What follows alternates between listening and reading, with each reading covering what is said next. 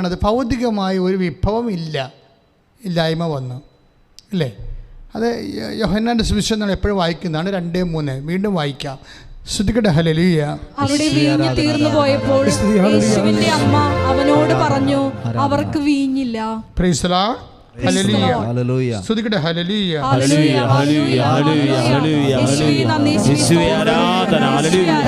Hallelujah. അതായത് നമ്മൾ അടുത്ത വചനം വരണത് ഇപ്പോൾ ഭൗതികമായ സാഹചര്യങ്ങൾ ഇല്ലാത്ത കുറേ സാഹചര്യങ്ങൾ ബൈബിളിലുണ്ട്. ഇല്ലായ്മ. യോഹന്നാൻ്റെ ഒരു പ്രധാന പ്രമേയമാണ് ഇല്ലായ്മ. അവസാനം യോഹന്നാൻ്റെ സുവിശേഷം അവസാനത്തെ അത്ഭുതം അതായത് അത്ഭുതങ്ങൾ അതോടുകൂടി തീരുകയാണ്. അതോടുകൂടിയാണ് ലാസറിൻ്റെ ഉത്ഥാനത്തോടുകൂടിയാണ് അത്ഭുതങ്ങൾ തീരണത്. പിന്നെ ചെവി ഒട്ടിച്ച് വെക്കണമെന്നൊക്കെ ഒറ്റപ്പെട്ട അവസാനത്തെ അത്ഭുതമാണ്. പക്ഷെ അതൊരു അത്ഭുതമായിട്ടൊരിക്കലും നമ്മൾ സുവിശേഷകന്മാർ അങ്ങനെ ആ രീതിയിൽ അതിനെ ഫർണിഷ് ചെയ്യുന്നില്ല. അത് ഒരു ക്ഷമയുടെ പാഠം, ശത്രുവിൻ്റെ സ്നേഹത്തിൻ്റെ ഒരു പാഠം കാണിക്കാനാണ്, അല്ലാതെ ഒരു മാനിഫെസ്റ്റേഷന് വേണ്ടി ഉദ്ദേശിച്ചിട്ടല്ല. അത്ഭുതങ്ങളുടെയൊക്കെ ഉദ്ദേശം എന്താണ്? മാനിഫെസ്റ്റേഷനാണ്. എപ്പിഫനി എന്ന് പറഞ്ഞാൽ എന്താണ്? പ്രത്യക്ഷീകരണം എന്ന് പറഞ്ഞാൽ എന്താണ്? യേശുവിലുള്ള ദൈവത്വത്തെ പ്രകടിപ്പിക്കുന്നല്ലേ.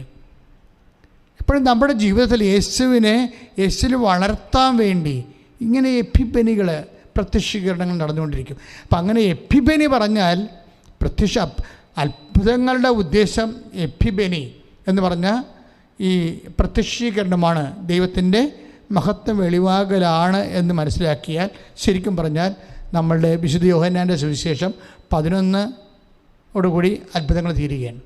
പിന്നെ ഇല്ല. പിന്നെ ഉള്ളതെല്ലാം പീഡാനുഭവത്തെക്കുറിച്ച് അങ്ങോട്ട് പോവുകയാണ്. 12 ഗ്രീക്കുകാർ വരുന്നു. അപ്പോൾ മനുഷ്യപുത്രൻ മഹത്വ വീഴാൻ പ്രവർത്തിക്കുന്ന കാര്യം പറയുന്നു. ഗോതമ്പ് മണി നിരത്തി വീണ് അഴിയാൻ കാര്യം പറഞ്ഞു. പാഷനായി 13 എന്താ?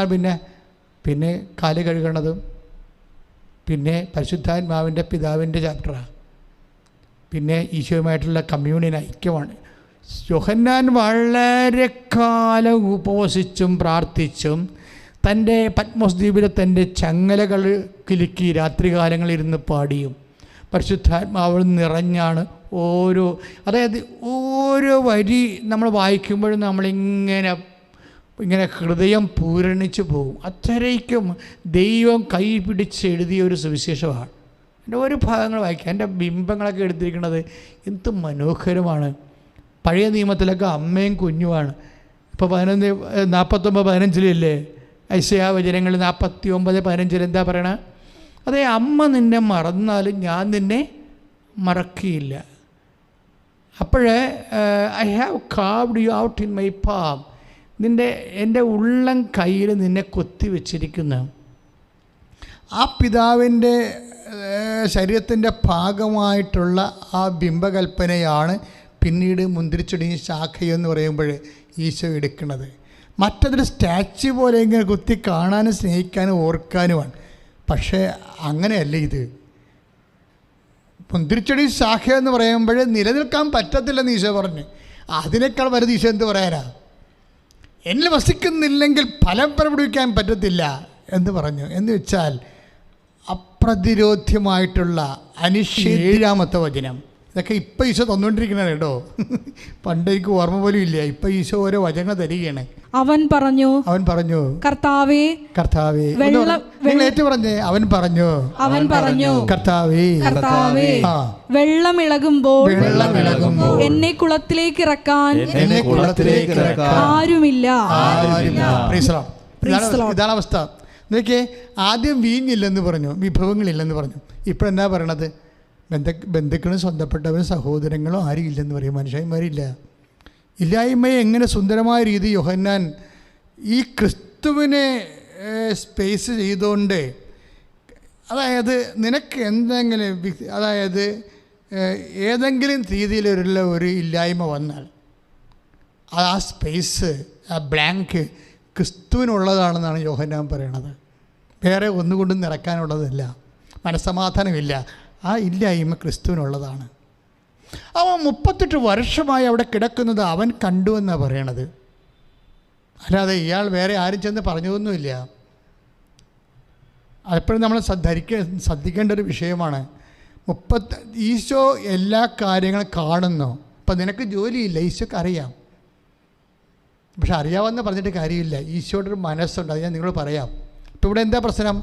ഈ മനുഷ്യൻ 38 വർഷമായി, ആ ഭാഗം എന്ന് വെച്ചാൽ 38 വർഷമായി. യോഹന്നാൻ 5:5 38 വർഷമായി രോഗിയായിരുന്ന ഒരുവൻ അവിടെ ഉണ്ടായിരുന്നു. അവൻ അവിടെ കിടക്കുന്നത് യേശു കണ്ടു. അതാണ് പ്രശ്നം. ആരാണ് കണ്ടത്? ഈശോ. 10,000 മനുഷ്യർ അവിടെ കൂടി പോകുന്നുണ്ട്. പ്രയോജനമില്ലാത്ത മനുഷ്യർ പോയിക്കൊണ്ടിരിക്കുന്നു. പക്ഷേ ഈ ലോകത്തൊരു മനുഷ്യന് മാത്രമേ, അതായത് ഇവനെ സുഖപ്പെടുത്തിയത് കൊണ്ട് കർത്താവിന് അവിടെ ഒരു പഞ്ചായത്ത് മെമ്പർ പോലും ആകണ്ട, നാട്ടുകാരുടെ ആരുടെയും ഒരു സപ്പോർട്ട് ആവശ്യമില്ല. എപ്പോഴും നമ്മൾ സുവിശേഷകൻ എപ്പോഴും ചിന്തിക്കേണ്ട ഒരു വിഷയമാണ്. പത്രോസ് അപ്പോസ്തലൻ പൗലോസ് പണ്ട് പറയുമായിരുന്നേ, ഈ നടപടി പുസ്തകത്തിൻ്റെ 18:10, അതായത് ഈ നഗരത്തിലെ വായിച്ചോളൂ. എന്തെന്നാൽ ഞാൻ നിന്നോട് കൂടെയുണ്ട്. എന്തെന്നാൽ ഞാൻ നിന്നോട് കൂടെയുണ്ട്. ആരും നിന്നെ ആക്രമിക്കുകയോ ഉപദ്രവിക്കുകയില്ല. ഈ നഗരത്തിൽ എനിക്ക് വളരെ ആളുകളുണ്ട്. അതായത് ചില സമയത്ത് നമ്മുടെ കൂടെ ഒത്തിരി ഈശോ തന്നെ പറയണത് എന്താ പറയണത്? അതായത് നിന്നോടുകൂടി ഞാനുണ്ട്. അതൊരു ഭാഗമാണ്. നിന്നോടുകൂടി ഞാനുണ്ട്. പിന്നെ എന്താണ്? ഈ നഗരത്തിൽ എനിക്ക് ഒത്തിരിയേറെ ആൾക്കാരുണ്ടെന്നാണ് പറയണത്. പക്ഷേ അതൊരു അനുഭവമാണ്. ആൾക്കാരുണ്ടെന്ന് പറഞ്ഞതിൻ്റെ കാര്യം ഈ ഗമാലിയേലിനെ ഉദ്ദേശിച്ച് പറഞ്ഞതാണ്. ഗമാലിയേലാണ് വന്നിട്ട് ഇടക്ക് ഈ വിഷയത്തിനൊക്കെ ഒരു സെറ്റപ്പ് ഉണ്ടാക്കുന്നത്. അതാണ് എനിക്ക് ആൾക്കാരുണ്ടെന്ന് പറഞ്ഞത്. പക്ഷേ എൻ്റെ പ്രശ്നത്തിൽ നമ്മുടെ ജീവിതാനുഭവത്തിൽ ഇതുപോലെ ഈശോ കൂടെ ഉണ്ടാവും, ബന്ധുക്കളും സ്വന്തപ്പെട്ട സഹോദരങ്ങളൊക്കെ ഉണ്ടാകുമെങ്കിലും, പക്ഷേ നമ്മൾ ഈ പൗലോസ് അപ്പോസ്തലൻ തന്നെ വേറെ ഒരു സ്ഥലത്ത് 2 തിമോത്തി 4:16-17 വായിച്ചാൽ രസകരമായ കാഴ്ചയാണ്. 2 തിമോത്തി 4:16-17. സ്തുതിക്കട്ടെ. ഹല്ലേലൂയ. എന്റെ ന്യായവാദങ്ങൾ ഞാൻ ആദ്യം അവതരിപ്പിച്ചപ്പോൾ ആരും എന്റെ ഭാഗത്തല്ലായിരുന്നു. ആരും എന്റെ ഭാഗത്തില്ലായിരുന്നു. എല്ലാവരും എന്നെ ഉപേക്ഷിച്ചു. ആ കുറ്റം അവരുടെ മേൽ ആരോപിക്കപ്പെടാതിരിക്കട്ടെ. എന്നാൽ കർത്താവിന്റെ ഭാഗത്തുണ്ടായിരുന്നു. Price the Lord. അപ്പോൾ നോക്കിയേ, ഈ 2 വിഷയങ്ങളിലെ 2 സ്ഥലങ്ങളിലെ എന്താണ്? ഒരു സ്ഥലത്ത് ജനങ്ങൾ കൂടെയുണ്ട്. ഈ നഗരത്തിൽ എനിക്ക് ആൾക്കാരുണ്ടെന്ന് പറയും. പക്ഷെ അവിടെ എന്താ പറഞ്ഞത്? ആദ്യം എന്താ പറഞ്ഞത്? ഞാൻ നിൻ്റെ കൂടെ ഉണ്ട്, നീ ധൈര്യമായിരിക്കുക. പക്ഷേ ഈ 2 സ്ഥലത്ത് ഉള്ളത് ആരാണ്? ഒരു സ്ഥലത്ത് മാത്രമേ ജനങ്ങളുള്ളൂ കൂടെ. അടുത്ത സ്ഥലത്ത് വന്നപ്പോൾ ജനങ്ങളില്ല. എല്ലാവരും എന്നെ കൈയൊഴിഞ്ഞെന്നാണ് പൗലോസ് പറയണത്. എല്ലാവരും എന്നെ കൈയൊഴിഞ്ഞു. പക്ഷേ ആരാണ്? കർത്താവ് എൻ്റെ കൂടെ ഉണ്ടായി. അപ്പോൾ 2 സ്ഥലത്തും ഉള്ളത് ആരാണ്? കർത്താവാണ്. 2 സ്ഥലത്തുള്ളത് ആരാ? കർത്താവാണ്. ഇപ്പോൾ 2 സ്ഥലത്ത് ഉള്ള ആളെയാണ് നമ്മൾ നമ്പി നിൽക്കേണ്ടത് എപ്പോഴും. ചില ആൾക്കാർ ജനങ്ങൾ എന്ന് പറഞ്ഞുകൊണ്ട് ജനങ്ങൾക്ക് വേണ്ടി മക്കൾ, ചില അമ്മമാരല്ലേ പള്ളിപ്പോലും പോകത്തില്ല. എന്താ മക്കൾ? ഒരു അമ്മനെ എനിക്കറിയാം. അവർ എപ്പോൾ നോക്കിയാലും ഇതാ കർത്താവിൻ്റെ, ഇതാ ദൈവത്തിൻ്റെ കുഞ്ഞാടെന്ന് പറയുമ്പോൾ അവർ ചാടി വീട്ടിൽ പോകും. എന്താ പറഞ്ഞാൽ അത് അവർ കുമ്പസാരിക്കുകയല്ല, കുർബാന സ്വീകരിക്കണമല്ല പ്രശ്നം.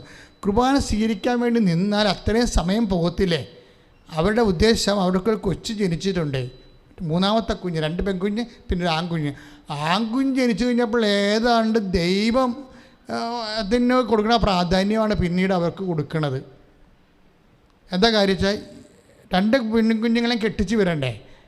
പക്ഷേ എൻ്റെ കൂടെ ജീവിക്കണേ ആൺകുഞ്ഞല്ലേ ജീവിക്കത്തുള്ളൂ. അത് കാരണം ഈ അമ്മ എന്താ വിചാരിക്കണത്? ഈ വീട്ടിൽ ഇവർ ഈ കുഞ്ഞിനെ നോക്കാൻ വേണ്ടി ആളെ നടത്തിയിട്ടുണ്ട്. പക്ഷേ കുഞ്ഞ് ഉണർന്ന് വരുന്ന സമയത്ത് എങ്ങാനും പാലെടുത്ത് അവൾ കൊച്ചിന് കൊടുക്കാതിരിക്കാൻ വേണ്ടിയാണ് ഇവരിവിടുന്ന് ഓടുന്നത്. കുർബാനയെ സ്വീകരിക്കാതെ ഇരിക്കുന്ന കൊച്ചിന് പാൽ, അതായത് മറ്റ് ആഹാരങ്ങളൊന്നും കൊടുക്കുകയില്ല. കൊച്ചിൻ്റെ ശരീരം ഈ പൊന്നരച്ച് നമ്മൾ പാൽ പൊന്നരച്ച് കൊടുക്കണമെന്ന് പറഞ്ഞ പോലെ പാല് കൊടുത്ത് വേറെ ആഹാരങ്ങൾ കൊടുത്താൽ കളർ പോകുമെന്ന് വിചാരിച്ചുകൊണ്ട് കൊടുക്കത്തില്ല. കൊച്ചിന് ഒരുവിധം കളറുള്ള കൊച്ചാണ്.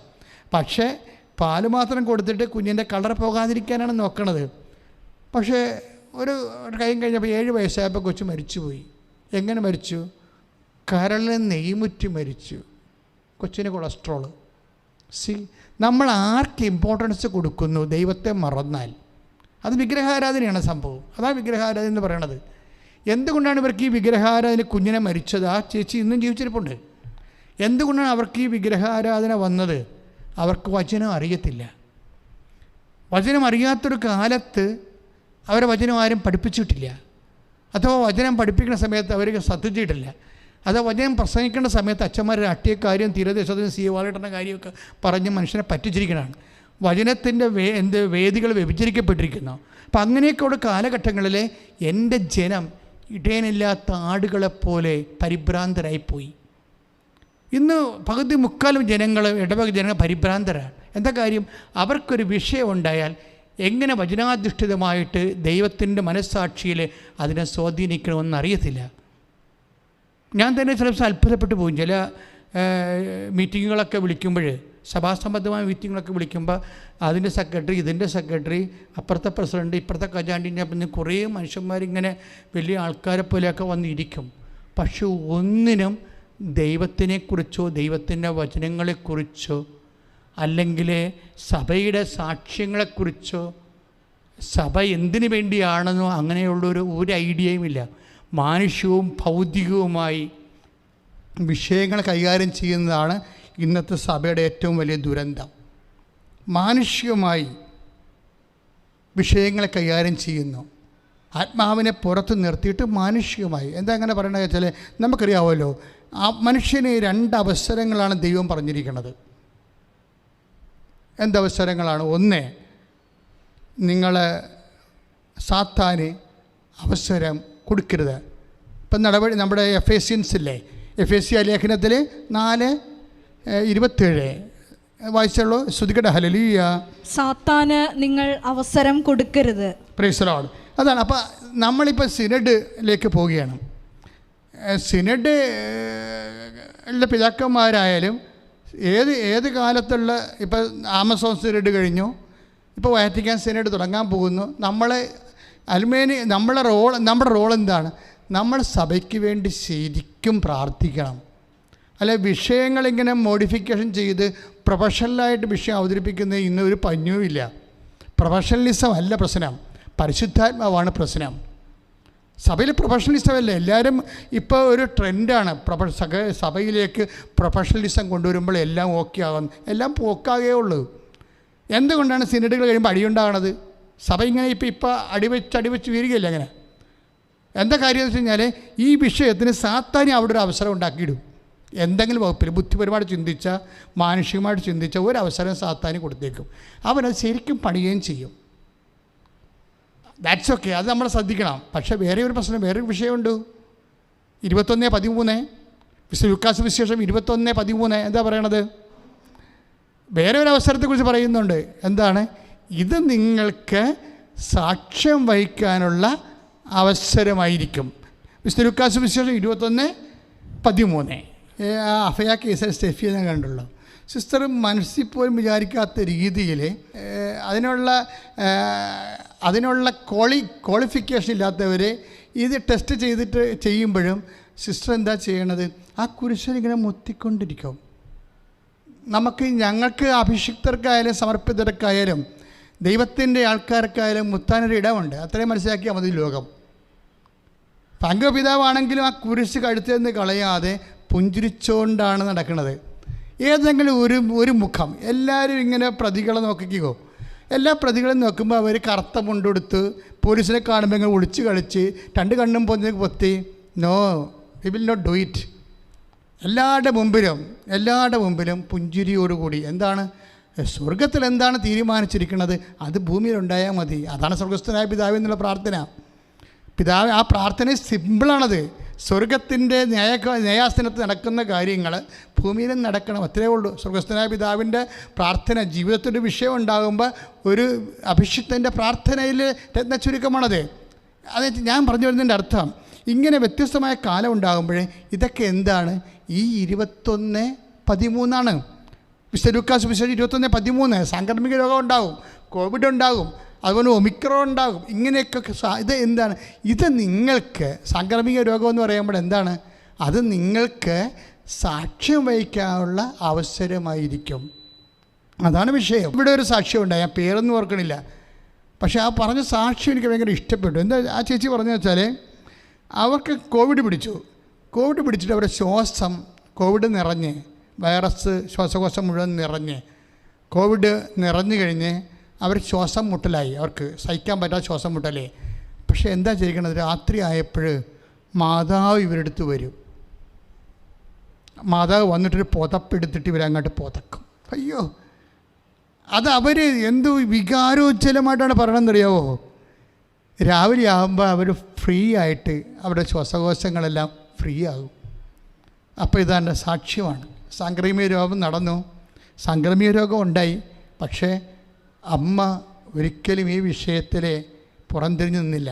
തന്നെ വിളിച്ചപേക്ഷിക്കുന്നവർക്ക് ദൈവം സമീപസ്ഥനാണ്. ആ വാക്ക്, ദൈവം എല്ലാവർക്കും സമീപസ്ഥനാണ്, പക്ഷേ ദൈവത്തിന് വാതിൽ തുറന്നു കൊടുക്കുന്നവരുണ്ട്.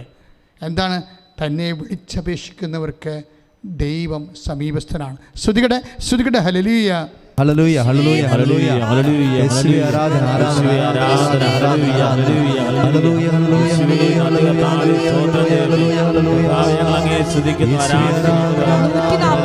സങ്കീർത്തനം 18 തിരുവചനം. സങ്കീർത്തനം 145:18. തന്നെ വിളിച്ചപേക്ഷിക്കുന്നവർക്ക്, ഹൃദയ പരമാർത്ഥതയോടെ വിളിച്ചപേക്ഷിക്കുന്നവർക്ക് കർത്താവ് സമീപസ്ഥനാണ്. അതാണ് ഹൃദയ പരമാർത്ഥത എന്ന് പറയുന്നുണ്ട് അതിൻ്റെ അകത്ത്. അല്ലാതെ ദൈവത്തെ പരീക്ഷിക്കാൻ വേണ്ടിയല്ല. പ്രാർത്ഥിച്ചാൽ രോഗം സുഖമാകുമോ പരീക്ഷ നോക്കാം. ചില ആൾക്കാർ ടേസ്റ്റ് നോക്കാൻ വേണ്ടി ഉടമ്പടിയുടെ ഉപ്പ് നോക്കാൻ വേണ്ടി വരും. ഉടമ്പടി എടുത്താൽ വല്ലതും കിട്ടുമോ? ഒരച്ഛൻ പണ്ട് ഇവിടെ ജീവിച്ചിരുന്ന ആൾ അതും ചോദിച്ചുകൊണ്ട് നടക്കുന്നുണ്ടായിരുന്നു. അതാണ് വൈദികയുടെ അവസ്ഥയെങ്കിൽ പിന്നെ അൽമേയുടെ ചില അൽമേനികളെ നമ്മൾ എന്തിനാ കുറ്റം പറയണം? അത് വെച്ച് കഴിഞ്ഞാൽ ചില ആൾക്കാർ ദൈവത്തെ ടെസ്റ്റ് ചെയ്യും. ദൈവത്തെ ടെസ്റ്റ് ചെയ്യണമല്ല. 145 സങ്കീർത്തനം എന്താ പറയണത്? ഹൃദയ പരമാർത്ഥതയോടെ, അതായത് മുൻവിധിയില്ലാതെ, ദൈവത്തെ ടെസ്റ്റ് ചെയ്യാതെ, വിശ്വാസത്തോടു കൂടി ദൈവത്തെ വിളിച്ചപേക്ഷിച്ചാൽ. നമ്മുടെ അപേക്ഷകളിലൊക്കെ വരുന്നൊരു പ്രശ്നം അതാണ്. അതായത് അപേക്ഷകളിലൊക്കെ ഈ ഹൃദയ പരമാർത്ഥത കുറഞ്ഞു പോകുന്നുണ്ട്. ഒക്കട എന്ന രീതിയിൽ ചില ആൾക്കാരുടെ പേടിത്തിലുണ്ട്. അവിടെയാണ് ഹൃദയ പരമാർത്ഥത ഇല്ലാത്ത ചില ആൾക്കാർ ഹൃദയ പരമാർത്ഥതയോടെ തന്നെ. കഴിഞ്ഞ ദിവസങ്ങളിൽ വേറെ ഒരു സാക്ഷ്യം ഉണ്ടായിരുന്നു ഇവിടെ. അതായത് ഒരു ചിഞ്ചു ജിൻജോ എന്ന് പറഞ്ഞൊരു സഹോദരി, നേഴ്സാണ്, അങ്കമാലിക്കാരുതിയാണ്. അവർ കുവൈറ്റിലെ നേഴ്സാണ്. അപ്പോൾ അവരുടെ സാക്ഷ്യം എനിക്ക് തോന്നുന്നത് ആ സാക്ഷ്യം അപ്പ് ചെയ്തിട്ടുണ്ടെന്നോ. അതായത് അവരുടെ സാക്ഷ്യം ഇതാണ്: അവർക്കൊരു കുഞ്ഞുണ്ടായിരുന്നു. 6 വർഷം കഴിഞ്ഞപ്പോൾ അവർ വിചാരിച്ചു ഒരു കുഞ്ഞിനെ കൂടി വേണമെന്ന് അവർ ആഗ്രഹിച്ച്, അങ്ങനെ അവർ പ്രാർത്ഥിച്ച് അതിന് സ്വാഭാവികമായ രീതിയിൽ അവർ പ്രഗ്നൻ്റായി കഴിഞ്ഞിട്ട് അവർ കുവൈറ്റിലേക്ക് പോയി. കുവൈറ്റിൽ ചെന്ന് പ്ലെയിൻ ലാൻഡ് ചെയ്യണ സമയത്ത് അവർ അബോർട്ടായി. അതായത് പക്ഷേ അത് അവരവരെ വിവരിക്കുന്നുണ്ട്. അവരുടെ അതായത് പാൻസും എല്ലാം രക്തത്തിൽ കുതിരുകയാണ്. അപ്പോൾ അവർ അഡ്മിറ്റഡായി. ഉടനെ അഡ്മിറ്റഡായി കഴിയുമ്പോൾ അവരുടെ കൂടെ സഹായിക്കാൻ ആരും ഇല്ല. ഫ്രണ്ട്സൊക്കെ ഉണ്ട്, പക്ഷേ ഫ്രണ്ട്സെല്ലാം ഡ്യൂട്ടിയിലല്ലേ. ഫ്രണ്ട്സുണ്ടെന്ന് ഇടയ്ക്കിടയ്ക്ക് പറയുന്നുണ്ട്. നമുക്കറിയാമല്ലോ, ജോലിയുള്ള ഫ്രണ്ട്സിനെ സംബന്ധിച്ചിടത്തോളം വീട്ടുകാരെ, ഭർത്താവ്, ഭാര്യയെ അല്ല മക്കളോ കൂടെ നിന്ന് അമ്മയെ കൂടെ നിന്ന് സഹായിക്കണവർ ആർക്കും സഹായിക്കാൻ പറ്റത്തില്ല. ഭക്ഷണമൊക്കെ കൊണ്ടുവന്ന ആ സമയത്ത് അവർക്ക് ഓഫ് ടൈം ആകുമ്പോൾ അവർ ഭക്ഷണം കഴിക്കും, നമുക്ക് കൊണ്ടുവന്ന് തരും. അതിന് മുട്ടൊന്നുമില്ല. പക്ഷേ ഇവർ പറഞ്ഞു ഞാൻ ഒറ്റക്കായി പോകുമെന്നാണ് പറയണത്. ജീവിതത്തിൻ്റെ ഒരു സാഹചര്യമാണ് ഒറ്റക്കായി പോവുക. അപ്പോൾ അവർ പറയണത് എനിക്ക് ആകപ്പാടെ ആശ്രയം അമ്മയുടെ കാശുരൂപമായിരുന്നെന്ന്. ആകപ്പാടെ ആശ്രയം അമ്മയുടെ കാശുരൂപമാണ്. നിങ്ങളാ സാക്ഷ്യം കേൾക്കണം, നല്ല രസമുള്ള സാക്ഷ്യമാണ്. അപ്പോൾ എന്താ പ്രശ്നം വെച്ചാൽ അത് കഴിഞ്ഞ് ഡോക്ടറുടെ അടുത്ത് ചെല്ലുമ്പോൾ ഡോക്ടർ ഇവിടെ ടെസ്റ്റ് ചെയ്യുമ്പോൾ ഡോക്ടറിന് ഭയങ്കര വിഷമമാണ്. എന്താ കാര്യത്തിൽ അതിൻ്റെ അകത്ത് ബീറ്റ SEG ലെവൽ കുറയുന്നു, അത് കൂടുന്നില്ല. അതിൻ്റെ അർത്ഥം കുട്ടി മരിച്ചതാണ് അതിൻ്റെ അർത്ഥം. അപ്പോൾ ഇതോടുകൂടി പക്ഷേ അപ്പോഴും ഡോക്ടർ നിർബന്ധിക്കും ഇതിൻ്റെ പാർട്ടിക്കിൾസ് അകത്ത് കിടന്നാൽ, ചത്ത കുട്ടി അകത്ത് കിടന്നുള്ള അവസ്ഥ അറിയാമല്ലോ, നിങ്ങളൊരു മെഡിക്കൽ പേഴ്സൺ അല്ലേ, നിങ്ങൾ പ്രത്യേകം പറയേണ്ട കാര്യമില്ലല്ലോ എന്ന് പറയും. അപ്പോഴും ഇവർ ഉടമ്പടി തൈലം എടുത്തുകൊണ്ട് വയറ്റിൽ തേക്കും. എന്നിട്ട് ഇവർ ഒറ്റ നിപ്പ് നിൽക്കും. എന്താണ് ഡോക്ടർ, ഞാനിന്ന് അബോർട്ട് ചെയ്യത്തില്ലെന്ന് പറയും. ഇപ്പോൾ ഉടമ്പടി തൈലം എന്നൊക്കെ പറയുമ്പോൾ ചില ആൾക്കാർ വിചാരിക്കുന്നത് എന്ത് പരിപാടി. അതായത് നിങ്ങൾ ശ്രദ്ധിക്കണം, പൗരോഹിത്യ വിധി പ്രകാരം ദൈവകുർബാന അർപ്പിച്ചതിന് ശേഷം പൗരോഹിത്യ വിധിപ്രകാരം എത്രയോ തരം പ്രാർത്ഥനകൾ, അതായത് അതിർത്തികൾ ബന്ധിക്കുന്ന ഉൾപ്പെടെ രോഗങ്ങളുടെ സൗഖ്യപ്പെടുത്തുന്ന ഉൾപ്പെടെ ഈ സഭയിൽ ലഭ്യമായിട്ടുള്ള ഏതാണ്ട് എല്ലാ പ്രാർത്ഥനകളും സംഗ്രഹിച്ചു കൊണ്ടൊരു പ്രെയർ, ബൈൻഡിങ് പ്രെയർ ഉണ്ട്. ആ പ്രെയർ വെച്ചാണ് ഇതെല്ലാം ബ്ലെസ് ചെയ്യുന്നത്. 3 പ്രാവശ്യവും ചിലത് 12 പ്രാവശ്യം ബ്ലെസ് ചെയ്യും. അതിൻ്റെ ഉദ്ദേശം എന്ന് വെച്ച് കഴിഞ്ഞാൽ ഉടമ്പടി പ്രകാരം ജീവിക്കുന്നവർക്ക് അത് ദൈവത്തിൻ്റെ അതിൻ്റെ എക്സിക്യൂഷനിൽ കറക്റ്റ് ദൈവസാന്നിധ്യം ഉണ്ടാകണം. അല്ലാതെ ഒരു വ്യഞ്ചരിച്ച ഒരു ഉരുപ്പടി അങ്ങനെ നിങ്ങൾക്ക് തരികണം, അങ്ങനെയല്ല. ആശീർവദിച്ച ഒരു വസ്തു അല്ല സംഭവം. അതായത് അതിൻ്റെകത്ത് ഞങ്ങൾ വിശ്വസിച്ചു ഇൻകൾക്കേറ്റ് ചെയ്യുന്ന പവർ നിങ്ങൾ വിശ്വസിച്ച് അതിന് റിലീസ് ചെയ്യണം. എന്താ അങ്ങനെ പറയാൻ കാര്യം എന്ന് വെച്ച് കഴിഞ്ഞാൽ ഇത് എല്ലാം വിശ്വാസ പ്രമാണം കൊണ്ടാണ് ചെയ്യേണ്ടത്. കാര്യം യേശു കർത്താവാണെന്ന് നമ്മൾ അധരം കൊണ്ട് ഏറ്റുപറയുന്നു, ഇല്ലേ? പിന്നെ എന്താണ് റോമ 10:9 എന്താ പറയണത്? യേശു കർത്താവാണെന്ന് അധരം കൊണ്ട് ഏറ്റുപറയുകയും പിന്നെന്താ ചെയ്യണത്? ദൈവം അവനെ മരിച്ചോന്ന് ഉയർപ്പിച്ചെന്ന് ഹൃദയത്തിൽ വിശ്വസിക്കുകയും ചെയ്യും. അപ്പം ഇങ്ങനെ അപ്പോഴാണ് രക്ഷ പ്രാപിക്കണത്.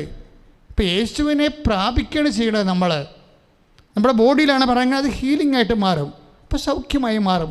ജീവിത മണ്ഡലങ്ങളിൽ യേശുവെ പ്രാപിച്ച ബ്ലെസ്സിങ്ങായി മാറും, അനുഗ്രഹമായി മാറും. ആത്മാവിൽ യേശുവെ പ്രാപിച്ച കൃപയുമായി മാറും. അത് നിത്യതയ്ക്കാണ് നമ്മളെ സഹായിക്കുന്നത്. ഇങ്ങനെ യേശു എല്ലാമാണ്. അതാണ് കൊളോസ്യ 3:11. ഒരു മനുഷ്യൻ്റെ ജീവിതത്തിൽ എല്ലാമാണ് യേശു. ഇവളെന്താ ചെയ്യിക്കണത്?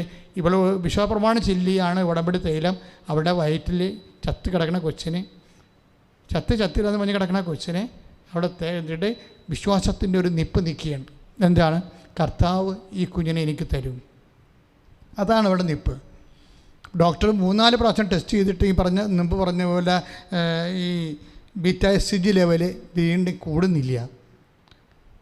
പക്ഷേ ഇവിടെ പ്രാർത്ഥന എന്നാണെങ്കിൽ, ഈ സഹോദരി പ്രാർത്ഥന എന്നാണെങ്കിൽ മാറണമില്ല.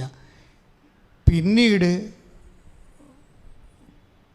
ഈ ഒരു പ്രോസസ്സ് മുന്നോട്ട് പോകുമ്പോൾ ഇത് വേഴ്സായിട്ടല്ലേ വരേണ്ടത്. പക്ഷെ പിന്നീട് കുറച്ച് ദിവസം കഴിഞ്ഞപ്പോൾ വീണ്ടും സ്കാൻ ചെയ്യുമ്പോൾ ഡോക്ടർ കരയുമെന്നാണ് പറയണത്. കാര്യം കുഞ്ഞ് പൂർണ്ണ ആരോഗ്യത്തോടെ അതിൻ്റെ ഉദരത്തിൽ വളരണ കണ്ടിട്ട്. This is A thing. അപ്പോൾ ഞാൻ ഓർക്കുമേ എന്തുകൊണ്ടാണെങ്കിൽ ഒരു പ്ലെയിൻ ലാൻഡ് ചെയ്തതോടുകൂടി ഇവളുടെ ജീവിതം അങ്ങോട്ട് മാറുകയാണ്, തകർച്ചയിലേക്കോ. അപ്പോൾ ഇങ്ങനെ പെട്ടെന്ന് അങ്ങനെ സംഭവിക്കാം. നമ്മൾ എത്ര ദൈവമായിട്ട് ഇങ്ങനെ തേനും പാലും ചക്കരയും പീരിയും ഒക്കെ ആയിട്ട് ഇരുന്നാലും ചില സമയത്ത് ദൈവം അങ്ങ് ടോട്ടലി മാറിപ്പോണ കാണാം. അങ്ങനെ സംഭവിക്കുക. അത് നിങ്ങൾ മനസ്സിലാക്കണം. നിങ്ങളോർക്കും ഞാൻ എന്തുമാത്രം പ്രാർത്ഥിച്ചു, പള്ളിയിൽ നിന്ന് മാറാന്നിടയ്ക്കാണ്, എനിക്ക് എൻ്റെ ജീവിതത്തിൽ ഞാൻ ദാനധർമ്മം ചെയ്യുന്നുണ്ട്, ഉടമ്പടി എടുത്തിട്ടുണ്ട്, ഉടമ്പടി പ്രകാരമാണ് ജീവിക്കുന്നത്. ഇങ്ങനെ എല്ലാം നിങ്ങളിങ്ങനെ ദൈവത്തിൻ്റെ അടുത്ത് എങ്ങനെയെങ്കിലും ഈ ഞാങ്കണൊന്ന് ഒടിച്ചെടുക്കാൻ വേണ്ടി നോക്കും. അങ്ങനെ ഒരു മണ്ടത്തരങ്ങളൊന്നും ചെയ്യരുത്, മിണ്ടരുത്. അതാണ് അമ്മയെ ഞാൻ പ്രൊമോട്ട് ചെയ്യാൻ കാരണം.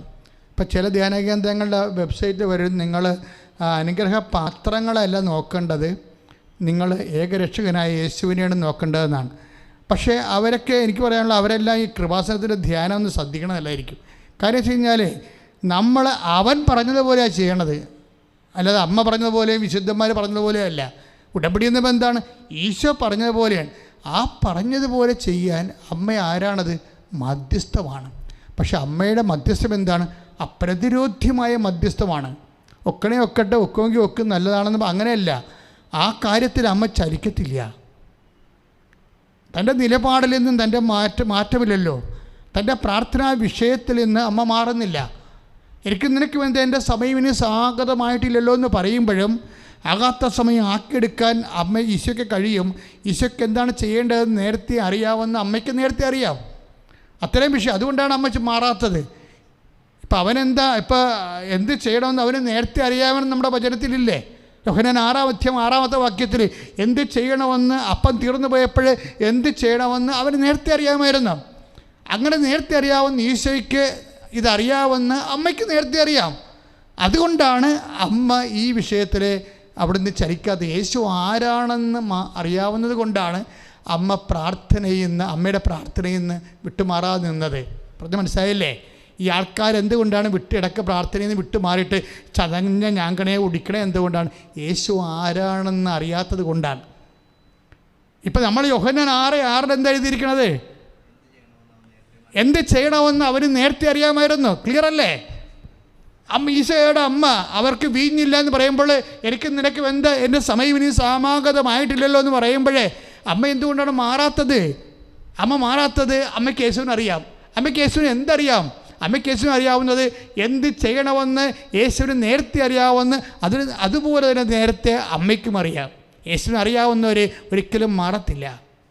എല്ലാവരും മാറിപ്പോകുന്നുണ്ടെങ്കിൽ, ചതഞ്ഞ ഞാങ്കണ ആൾക്കാർ ഉടിക്കുന്നുണ്ടെങ്കിൽ, വിശ്വാസത്തിൽ അപേക്ഷ ഉണ്ടായിരുന്നുണ്ടെങ്കിൽ doesn't know who is Jesus. അതുകൊണ്ടാണ് ഈശോ ചോദിക്കുന്നത്, whom do you say that I am? ഞാൻ ആരാണെന്ന് നിങ്ങൾ പറയുന്നത്? അപ്പോൾ പത്രോസ് പറയും, you are Christ the son of the living God. നീ ക്രിസ്തുവാണ്. എങ്ങനെയാണ് നീ? എന്ത് ക്രിസ്തുവാണ് നീ? ജീവിക്കണ ദൈവത്തിൻ്റെ പുത്രനായ മിശിഹ. യേശു ക്രിസ്തു ജീവിക്കുന്ന ദൈവത്തിൻ്റെ പുത്രനായ മിശിഹയാണെന്ന് പറയുമ്പോൾ എൻ്റെ ജീവിതത്തിൽ വരുന്ന വിഷയങ്ങൾക്കും വരാതിരിക്കുന്ന വിഷയങ്ങൾക്കും എല്ലാം അവനാണ്. He's the only answer. അവൻ ആൻസറാണെന്ന്. അതുകൊണ്ട് തന്നെയാണ് അവനുള്ളതും ഇല്ലാത്തതും ഒരുപോലെയാണെന്ന് പറയുന്നത്. സുവിശേഷത്തിൽ അവനുള്ളതും അവനില്ലാത്തതും ഒരുപോലെയാണ്. എന്നുവെച്ചാൽ ഞാൻ എന്താ ഇങ്ങനെ പറയണമെന്ന് വെച്ച് കഴിഞ്ഞാൽ, നിങ്ങൾക്ക് ഏതെങ്കിലും സമയത്ത് ചിലപ്പോൾ യേശുവിനെ you may not able to feel, നിങ്ങൾക്കത് ഫീൽ ചെയ്യത്തില്ല. നിങ്ങൾക്കൊരു സങ്കടകരമായ ഒരു അവസ്ഥ വന്ന് നോക്കിയിട്ട് നിങ്ങൾ എത്ര പ്രാർത്ഥിച്ചാലും ക്ലച്ച് കിട്ടത്തില്ല. ഈശോയെ ഫീൽ ചെയ്യണില്ല. ഈശോയെ ഫീൽ ചെയ്യാത്ത ഒരവസ്ഥ ഉണ്ടാകും ജീവിതത്തിൽ. വിഭവമില്ലാത്ത അവസ്ഥകൾ മാത്രമല്ല. ഇപ്പോൾ യോഹന്നാൻ 2:3 എന്താണ്? അവർക്ക് വീഞ്ഞില്ല. യോഹന്നാൻ 5:7 എന്താണ്? വെള്ളമിളകുമ്പോൾ വെള്ളത്തിലേക്ക് ഇറക്കാൻ എനിക്ക് ആരുമില്ല. ഇപ്പം ചിലപ്പോൾ വിഭവങ്ങൾ ഉണ്ടാകത്തില്ല, ചിലപ്പോൾ നമ്മൾ തന്നെ സഹായിക്കാൻ നമുക്ക് മനുഷ്യരുണ്ടാകത്തില്ല, ചിലപ്പോൾ ദൈവം പോലും ഉണ്ടാകത്തില്ല. ഈ മനുഷ്യന്മാർ ജീവിക്കണ എല്ലാം 3 ഇല്ലായ്മകളിലൂടെയാണ് ജീവിക്കുന്നത്. ഒന്ന്, വിഭവങ്ങളില്ല. രണ്ടാമത്തത് എന്താണ്? സഹായിക്കാൻ മനുഷ്യരില്ല. മൂന്നാമത്തത് എന്താണ്? ദൈവം തന്നെയുമില്ല. എന്താ ദൈവം തന്നെയുമില്ലെന്ന് പറയണത്? കർത്താവ് പറഞ്ഞിട്ടില്ലേ? വിശുദ്ധ യോഹന്നാൻ്റെ സുവിശേഷത്തിൽ 11:15 ഞാൻ അവിടെ ഇല്ലാതിരുന്നതിലേ ഞാൻ നിങ്ങളെ ഓർത്തുകൊണ്ട് ദൈവത്തിന് നന്ദി പറയുന്നു. എവിടെ ഇല്ലാഞ്ഞ കാര്യമാണ് പറയണത്? ലാസർ രോഗബാധിതനായിട്ട് അവിടെ ഇല്ലായിരുന്നെന്ന് ഈശോ, അവിടെ ഇല്ലായിരുന്നെന്ന്. അത് അപ്പോൾ ഏറ്റവും കൂടുതൽ ആവശ്യമുള്ള സ്ഥലമല്ലേ അത്? അപ്പോൾ അവിടെ ഇല്ലായിരുന്നതിനെക്കുറിച്ച് എന്താ ഈശോ പറയണത്? ഞാൻ നിങ്ങളെ പ്രതി ദൈവത്തിന് നന്ദി പറയുന്നു. അതാണ് 11:15. യോഹന്നാന്റെ സുവിശേഷം 11:15 എന്താണ്? നിങ്ങൾ വിശ്വസിക്കേണ്ടതിന് ഞാൻ അവിടെ ഇല്ലായിരുന്നതിൽ നിങ്ങളെ പ്രതി ഞാൻ സന്തോഷിക്കുന്നു. അപ്പോഴെന്താണ്? ഒരു രോഗിയുടെ വീട്ടിൽ ദൈവമില്ലാഞ്ഞതിനെക്കുറിച്ച്, ദൈവത്തിൻ്റെ സാന്നിധ്യം ഇല്ലാഞ്ഞതിനെക്കുറിച്ച് ആര് സന്തോഷിക്കുന്നു? ദൈവം സന്തോഷിക്കുന്നു. ദൈവം ഏതല്ലേ? ഒരുപക്ഷെ ഏതെങ്കിലും ഒരു കാലത്ത് നിനക്ക് ജോലിക്കോ വീടിനോ വിവാഹത്തിനോ രോഗസൗഖ്യത്തിനോ വേണ്ടി നീ കണ്ണുനീരോടെ പ്രാർത്ഥിക്കുമ്പോൾ ദൈവത്തിൻ്റെ സാന്നിധ്യം നിനക്ക് അനുഭവിക്കുന്നില്ലെങ്കിൽ that is the absence of God. Absence of God is next to epiphany. എന്താ കാര്യം? ചിലപ്പോൾ നമുക്ക് ആബ്സെൻസ് ഓഫ് ഗോഡ് ഫീൽ ചെയ്യും. അത് ദൈവം കരുതിക്കൂട്ടി തന്നതാണ്. നിന്നെ കൈവിട്ടതാണെന്ന് ചിന്തിക്കരുത്. എന്താ കാരണം? എന്നെ കണ്ടെത്താൻ ജെറമിയായുടെ ലേഖനങ്ങളിൽ വചനമില്ലേ? എന്താണ്? 14:29 എന്താ പറയണത്? ശ്രദ്ധിക്കട്ടെ. ഹല്ലേലൂയ, ഹല്ലേലൂയ, ഹല്ലേലൂയ, ഹല്ലേലൂയ, ഹല്ലേലൂയ, ഹല്ലേലൂയ.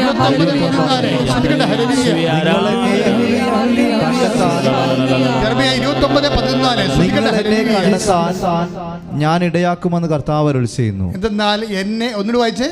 നിങ്ങൾ എന്നെ കണ്ടെത്താൻ നിങ്ങൾ എന്നെ കണ്ടെത്താൻ ഞാൻ ഇടയാക്കുമെന്ന് കർത്താവ് അരുൾ ചെയ്യുന്നു. ഞാൻ ഇടയാക്കുമെന്ന് കർത്താവ് അരുൾ ചെയ്യുന്നു. ഞാൻ നിങ്ങളുടെ ഐശ്വര്യം പുനഃസ്ഥാപിക്കും. ഞാൻ നിങ്ങളുടെ ഐശ്വര്യം പുനഃസ്ഥാപിക്കും. നിങ്ങളെ ചിതറിച്ചിരുന്ന എല്ലാ സ്ഥലങ്ങളിലും ദേശങ്ങളിൽ നിന്നും ഞാൻ നിങ്ങളെ ഒരുമിച്ച് കൂട്ടും. എവിടെ നിന്ന് ഞാൻ നിങ്ങളെ അടിമത്തത്തിലേക്ക് അയച്ചോ ആ സ്ഥലത്തേക്ക് തന്നെ നിങ്ങളെ.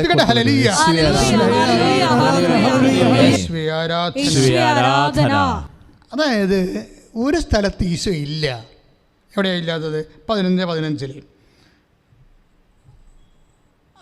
ആ വീട്ടിനെ കുറിച്ച് മനുഷ്യൻ്റെ കൺസെപ്റ്റ് എന്താ?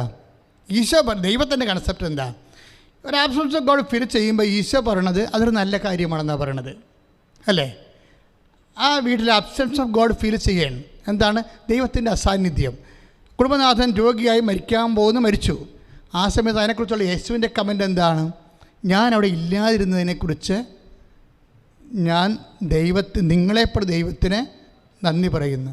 പക്ഷേ മാർത്തായുടെ വേർഷൻ എന്താണ്? ആ ഒരു സിംഗിൾ ഇൻസിഡൻറ്റിന് മാർത്ത എന്താ പറയണത്? മാർത്ത പറയണത് 11:21 വായിച്ചേ. ശ്രുതിക്കട്ടെ. കർത്താവേ നീ ഇവിടെ ഉണ്ടായിരുന്നെങ്കിൽ. അതാണ് പ്രശ്നം. കർത്താവേ നീ ഇവിടെ ഉണ്ടായിരുന്നെങ്കിൽ എൻ്റെ സഹോദരൻ മരിക്കുകയില്ലായിരുന്നു. അതാണ് ഹ്യൂമൻ വേർഷൻ. ഒരു സിംഗിൾ ഇൻസിഡൻ്റ്, ഒരു ഹ്യൂമൻ വേർഷൻ, 2 വേർഷൻസ് ഉണ്ടാകും ഒരു സിംഗിൾ ഇൻസിഡൻറ്റിന്. എന്തൊക്കെയാണ്? മനുഷ്യൻ്റെ ഭാഗത്തുനിന്ന് എന്താ പറയണത്? കർത്താവേ നീ ഇവിടെ ഉണ്ടായിരുന്നെങ്കിൽ എൻ്റെ സഹോദരൻ മരിക്കത്തില്ലായിരുന്നു. പക്ഷേ ഈശോ എന്താ പറയണത്? ഞാനിവിടെ ഇല്ലാതിരുന്നത് നിങ്ങളെ പ്രതി ഞാൻ ദൈവത്തിന് നന്ദി പറയുന്നു. അപ്പം സിംഗിൾ ഇൻസിഡൻ്റാണ്. അപ്പം നമുക്ക് 2 ആംഗിളാണ് ദൈവത്തിന്. അപ്പം നിൻ്റെ തകർച്ചയെ ദൈവം എങ്ങനെ കാണുന്നു, നീ എങ്ങനെ കാണുന്നു? വീക്ഷണകോണത്തിൻ്റെ പ്രശ്നമാണിത്. ഒരു സിംഗിൾ ഇൻസിഡൻ്റാണ്. കുടുംബനാഥൻ മരിക്കുന്ന വിഷയമാണ്. ഈ വിഷയത്തിൽ ദൈവത്തിൻ്റെ റോളിനെക്കുറിച്ചാണ് മാർത്ത പറയണത്. നീ ഇവിടെ ഉണ്ടായിരുന്നെങ്കിൽ മരിക്കത്തില്ല എന്ന് പറയും. അതേതാ പറയണത്? 11:21 യോഹന്നാന്റെ സുവിശേഷം. പക്ഷേ ദൈവത്തിൻ്റെ വീക്ഷണം എന്താണ്? ഞാനിവിടെ ഇല്ലാതിരുന്നതിന് ഞാൻ നിങ്ങൾക്ക് നന്ദി പറയുന്നു. അപ്പോഴേ എവിടെയാണ് പ്രോബ്ലം വന്നിരിക്കുന്നത്? ഫിസിക്കൽ പ്രസൻസിലാണ് പ്രോബ്ലം വന്നിരിക്കുന്നത്. മാർത്ത പറയണത്, മാർത്തയുടെ കാറ്റഗിസം ഭയങ്കര മോശമാണ്. എന്താ പ്രശ്നം? മാർത്ത ഒരു ഫിസിക്കൽ പ്രസൻസിന് വേണ്ടി ആഗ്രഹിക്കുന്നു. That is wrong. ദൈവത്തെ അങ്ങനെയല്ല അപ്രോച്ച് ചെയ്യേണ്ടത്. യേശുവിനെ ആളെ വിട്ടിരിക്കുകയാണ് അവർ. That is nonsense. യേശുവിനെ ആളെ വിട്ട് യേശുവിൻ്റെ ദിവ്യത്വത്തിലെ ആഴമായ കാറ്റഗിസം ഉള്ളവളാണെങ്കിൽ അവൾ പറയും, എൻ്റെ ഈശോ ഇപ്പോൾ ഇത് കാണുന്നുണ്ട്. എന്താണ്? എൻ്റെ ഈശോ ഇപ്പോൾ ഇത് കാണുന്നുണ്ട്. ഈശോ മനസ്സ് വിചാരിച്ച ഇവനിപ്പോൾ സുഖപ്പെടും. ഈശോ ഇവിടെ വരേണ്ട കാര്യമില്ല, ഇവനെ കാണേണ്ട കാര്യമില്ല. കാര്യം ഈശോ ഒരു മനുഷ്യനല്ല. പക്ഷേ ഏറ്റവും സൂപ്പർ കാറ്റഗിസം പറഞ്ഞ ആരാണെന്നറിയാമോ? ഏറ്റവും ടോപ്പായിട്ട് ഈശോ അറിയണത് ആരാണ്? ശതാധിപനാണ്. ശതാധിപൻ പറയും, കർത്താവേ നീ എൻ്റെ വീട്ടിൽ വരണ്ട, എൻ്റെ മകളെ കാണണ്ട, നീ ഇവിടെ നിന്ന് ഒരു വാക്ക് പറഞ്ഞാൽ മതി. മത്തായിയുടെ സുവിശേഷം 8:8 വായിച്ചു നോക്കിക്കേ. ശ്രുതിക്കട്ടെ ഹല്ലേലൂയ. അപ്പോൾ ശതാധിപൻ പ്രതിവചിച്ചു, കർത്താവേ നീ എൻ്റെ ഭവനത്തിൽ പ്രവേശിക്കാൻ ഞാൻ യോഗ്യനല്ല. നീ ഒരു വാക്കുച്ചരിച്ചാൽ മാത്രം മതി. എൻ്റെ ഭൃത്യൻ സുഖപ്പെടും. എന്താ പ്രശ്നം? ഇപ്പം മാർത്തയാണ് അപ്പം വിശ്വാസി, ശതാധിപനാണ്. മാർത്തയ്ക്ക് ഈശോ കെട്ടിയെടുത്ത് ബൈ പേഴ്സൺ ഫിസിക്കലായിട്ട് വീട്ടിലെത്താം, അല്ലെങ്കിൽ അവളെ പരിഭവിക്കും. അങ്ങനെ ഒരു ബന്ധം നിനക്ക് ദൈവത്തോടുണ്ടാകാം. പക്ഷേ ശതാധിപൻ മാർത്തയേക്കാൾ ഉയർന്നു നിൽക്കും. അവൻ തിരഞ്ഞെടുക്കപ്പെട്ട ജനമല്ല, അവന് കാറ്റഗിസം കിട്ടിയിട്ടില്ല, പക്ഷേ അവന് കർത്താവിനെ അറിയാം. ഇതാണ് പല വിജാതീയരും വിശ്വാസികളും തമ്മിലുള്ള വ്യത്യാസം. പല വിജാതീയരില്ലേ, അവർക്ക് കർത്താവിനെ അറിയാൻ സാഹചര്യമില്ലായിരുന്നു, പക്ഷേ അവർക്ക് ഒരു മനസ്സ് ധൈര്യമുണ്ട്. എന്താണ്? ഈശോ ഒന്ന് വിചാരിച്ചാൽ എൻ്റെ വിഷയത്തിൽ തീരുമാനം ഉണ്ടാകുമെന്ന്. കാറ്റഗിസം കിട്ടണമെന്ന് നിർബന്ധമില്ല. നമ്മളുടെ കാറ്റഗിസത്തെക്കാളും സൈദ്ധാന്തിക പഠനങ്ങളെക്കാളും ദൈവശാസ്ത്രങ്ങളെക്കാളും വലുതാണ് ഒരു മനുഷ്യൻ്റെ വിശ്വാസം. അത് യേശുവിലുള്ള വിശ്വാസം. അതായത് ഇന്ന് എനിക്ക് പലപ്പോഴും തോന്നിയിരിക്കുന്നത്, സഭയ്ക്ക് എവിടെയോ ഒരു കൈ പാളിച്ച വന്നിട്ട് പോയിട്ടുണ്ടെങ്കിൽ ഈ ശതാധിപൻ്റെ വിശ്വാസം മിസ് ചെയ്തിട്ടുണ്ട്. എന്താ കാര്യം? വചനം പഠിക്കുന്നവരുണ്ട്, പക്ഷെ പ്രയോജനമില്ല. വചനം പഠിക്കാൻ വേണ്ടി മാത്രമാണ് അവർ ഉപയോഗിക്കുന്നത്. വചനം അനലൈസ് ചെയ്യാൻ ഞങ്ങൾ കുറേ പഠിച്ചിട്ടുണ്ട്. എന്താണ് അതിൻ്റെ ഫോം ക്രിറ്റിസിസം, ലിറ്റററി ക്രിറ്റിസിസം, അതിൻ്റെ സിസ്റ്റിൻ ലൈബൻ, ഇങ്ങനെ കുറേ ടെക്നിക്കൽ, അതുപോലെ തന്നെ ഹെർമനോട്ടിക്സ്, ഇങ്ങനെ കുറേ വിശ്ലേഷണ മാർഗ്ഗങ്ങൾ പഠിച്ചിട്ടുണ്ട്. പക്ഷേ വചനം മാത്രം പഠിച്ചില്ല. വചനത്തെ എങ്ങനെ കീറി മുറിക്കാം, അതിൻ്റെ സാംസ്കാരിക ഹിസ്റ്റോറിക്കലായിട്ടുള്ള അതിൻ്റെ തലങ്ങൾ ഇത് പഠിക്കേണ്ടതെന്നല്ല, പക്ഷേ ഇത് വർക്കൗട്ട് ചെയ്യണില്ല. ഇങ്ങനെയുള്ളൊരു പഠനങ്ങൾ കിട്ടിയ ആൾക്കാർ അവർ ആത്മാക്കളെ വീണ്ടെടുത്തോ, ആത്മാക്കളെ വളർത്തിയോ, സഭയെ ഉയർത്തിയോ, വി ഡോണ്ട് നോ. നമുക്ക് കൃത്യമായി കോൺക്രീറ്റ് ആൻസർ ഇല്ല. ഇപ്പോഴും അക്വിനാസിനെ പോലെ അഗസ്റ്റിനെ പോലെയോ നമുക്ക് ആൻസർ ഇല്ല. പഠിക്കണവർ മാത്രമുണ്ട്. അതായത് എവിടെയാണ് നമുക്ക് മിസ്റ്റേക്ക് സംഭവിച്ചത്? ഈ ശതാധിപൻ വചനത്തെ കണ്ടൊരു വിഷയം. അവൻ മാർത്ത ഈശോയുടെ കൂടെ ജീവിച്ച ആൾക്കാരാണ്, മറിയം ഈശോയോട് ജീവിച്ച ആൾക്കാരാണ്. പക്ഷേ ജീവിച്ചെന്ന് പറഞ്ഞൊരു കാര്യമില്ല. ക്രിസ്ത്യാനിയായിട്ട് സഭയിൽ വളർന്നു അല്ലെങ്കിൽ സഭയിൽ ശുശ്രൂഷ ചെയ്തു എന്ന് പറഞ്ഞിട്ട് പോലും ഒരു കഥയുമില്ല. എന്താ കാര്യം? ഇതിനേക്കാൾ അപ്പുറത്താണ് ബന്ധമെന്ന് പറയുന്നത്. അതിനേക്കാൾ അപ്പുറത്താണ് ആത്മബന്ധത്തിനേക്കാൾ അപ്പുറത്താണ് ഈശോയുടെ capacity. Whom do you say that I am? ഈശോയുടെ ചോദ്യം എന്താണ്? ഒറ്റ ചോദ്യമല്ല ചോദിച്ചോളൂ. ഈശോ, ഞാൻ ആരാണെന്നാണ് നിങ്ങൾ പറയണത്? ശതാധിപനാണ് അതിന് മറുപടി കൃത്യമായിട്ട് പറയണത്. നീ ഇവിടെ നിന്നൊരു വാക്ക് പറഞ്ഞാൽ മതി. നിൻ്റെ വാക്ക് എന്താണെന്നറിയാവോ? ഇല്ലായ്മയിൽ നിന്ന് ആകാശം ഭൂമിയെ സൃഷ്ടിച്ചപ്പോൾ, ഭൂമി രൂപരഹിതമായിരുന്നപ്പോൾ, ആഴത്തിന് മീത് അന്ധകാരം വ്യാപിച്ചിരുന്നപ്പോൾ, അന്ധകാരത്തിന് ജലത്തിൻ്റെ പരപ്പിലൂടെ ആത്മാവ് ചലിച്ചപ്പോൾ ദൈവം കൽപ്പിച്ചില്ലേ ഉണ്ടാവട്ടെ, വെളിച്ചമുണ്ടാവട്ടെ എന്ന്. ആ വാക്കാണ് നീ. ആ വാക്ക് മാംസം ധരിച്ചവനാണ് നീ. ആ വാക്ക് നീ ഇവിടെ നിന്ന് പറഞ്ഞാൽ മതി, എൻ്റെ ഭൃത്യം സുഖപ്പെട്ടുകൊള്ളുവെന്ന്. ആ നിമിഷം ആ ഭൃത്യം സുഖപ്പെട്ടു. എന്താണെന്നറിയാം? ഇതാണ് ശരിക്കും പറഞ്ഞാൽ എപ്പിഫനി. ഈശോയിലുള്ള ദൈവത്വത്തെ ആ നിമിഷം നമുക്ക് വെളിവാകാൻ പറ്റണത്. എക്കാലങ്ങളിലും ഈശോയിലുള്ള ദൈവത്വത്തെ സഭയ്ക്ക് വെളിപ്പെടുത്താൻ പറ്റണില്ലെങ്കിൽ നമ്മുടെ സിനഡുകളൊക്കെ എപ്പോഴും കാലം നമുക്ക് മറുപടി നമ്മളോട് ചോദ്യം ചോദിച്ചുകൊണ്ടിരിക്കും. കാര്യം എത്രയോ അഭിഷിക്തരെ, എത്രയോ സഭ, എത്രയോ രീതിയിൽ പഠിച്ച് ആണ് നമ്മൾ സിനഡിലേക്ക് വരണത്. പിതാക്കന്മാർ സിനഡിലോട്ട് പ്രവേശിക്കുമ്പോൾ നമ്മൾ പുറത്ത് സഭ പ്രാർത്ഥിക്കുകയാണ്. പിതാക്കന്മാർ സിനഡിലേക്ക് പ്രവേശിക്കുമ്പോൾ പുറത്ത് സഭ ഇംഗ്ലാവ് വിളിച്ചു കഴിഞ്ഞാൽ അത് സഭയല്ല. പിതാക്കന്മാർ സിനഡിലോട്ട് ചെല്ലുമ്പോൾ ഇവിടെ പ്രാർത്ഥിക്കുന്ന ഒരു സമൂഹമുണ്ട്. ദൈവത്തെക്കുറിച്ച് കൃത്യമായിട്ട് അറിയാതെ പിതാക്കന്മാർ സിനഡിലോട്ട് ചെല്ലുമ്പോൾ നമ്മളെന്താ ചെയ്യേണ്ടത്? ദൈവഹിതം നിറവേറാൻ വേണ്ടി സഭ കണ്ണീരോടെ പുറത്ത് പ്രാർത്ഥിച്ചുകൊണ്ടിരിക്കും. പത്രോസ് ജയിലിലായപ്പോൾ സഭ കതകുകൾ അടച്ചിട്ട് പ്രാർത്ഥിച്ചുകൊണ്ടിരിക്കും. സഭയുടെ ഏറ്റവും വലിയ റോൾ എന്താണ്? പ്രാർത്ഥനയാണ്. പ്രാർത്ഥിക്കാത്തൊരു സഭയ്ക്കേക്കാൾ ഉപരി ഇവിടെ സമരം ചെയ്യുന്ന ഒരു സഭയായി വന്നിട്ടുണ്ടെങ്കിൽ സാത്താൻ അതിൻ്റെ അവസരം കൃത്യമായിട്ട് കണ്ടെത്തിയത് മനസ്സിലാക്കിയാൽ മതി. അതായത് സാത്താൻ പ്രവർത്തിക്കാൻ പറ്റിയ ഒരു വാതിൽ തുറന്ന് കിട്ടിയിരിക്കുന്നത്, അതിൽ സാത്താൻ്റെ പ്രവർത്തിക്കാൻ പറ്റുന്ന ആൾക്കാരെയും കിട്ടിയിരിക്കുന്നു. പിന്നെ എന്താ കുഴപ്പമിരിക്കണത്? എഫീസ് 4:27 എന്താ പറയണത്? സാത്താന് നിങ്ങൾ അവസരം കൊടുക്കരുത്. കാര്യം അവസരം കൊടുത്താൽ അവൻ കയറി പണിയും കൃത്യമായിട്ടും. അവസരം കൊടുക്കാതെ പഴുതടച്ച് വേണം നിങ്ങളെ സഭാപരമായ കാര്യങ്ങളെ ചെയ്യാൻ. ആ പഴുതുകളിട്ടാൽ സ്വാഭാവികമായ അവസരത്തിലൂടെ കൂടുതൽ മോശമായ കാര്യങ്ങൾ സംഭവിക്കും. അപ്പം അതുകൊണ്ട് സഭ ഓരോ വിഷയങ്ങളിലും നമുക്കിതുപോലെയുള്ള കുടിവിചാരങ്ങളും കാര്യങ്ങളൊക്കെ വരുമ്പോഴും എപ്പോഴും ശ്രദ്ധിക്കേണ്ട ഒരു വിഷയം, ഈ മാനുഷിക സംരംഭങ്ങൾ ഉണ്ടാകാതിരിക്കാൻ നോക്കണം. കാര്യം ഉണ്ടാകാൻ സാധ്യതയുണ്ട്. അതാണ് ഗമാലിയേൽ പറയണത്. ഗമാലിയേൽ എന്താ പറയണത്? സഭ പ്രക്ഷുബ്ധമായി കഴിഞ്ഞപ്പോൾ എന്താ പറയണത്? ഈ സംരംഭം മാനുഷികമാണെങ്കിൽ ഇത് അധപ്പതിച്ചു പോകും. അതാണ് നടപടി 5:38. ഇത് മാനുഷികമാണെങ്കിൽ, മനുഷ്യരിൽ നിന്നാണ് വരുന്നതെങ്കിൽ ഇത് അധപ്പതിച്ചു പോകും. പക്ഷെ ദൈവത്തിൽ നിന്നാണ് വരുന്നതെങ്കിൽ അമ്മയെ തൊടാൻ നമുക്ക് പറ്റത്തില്ല. ഇപ്പോൾ ഏത് കാലത്തുള്ള സഭാ കൂടി വിചാരങ്ങളായാലും അവിടെ മാനുഷിക സംരംഭങ്ങൾ ഉണ്ടാവാതിരിക്കാൻ വേണ്ടി വളരെ ജാഗ്രതയുണ്ടാകണം. അപ്പോൾ ഇന്ന് പിതാക്കന്മാർക്കും അഭിഷിക്തർക്കും അതുപോലെ തന്നെ ആത്മീയ വിശ്വാസികൾക്കും സ്തുതികട്ടെ.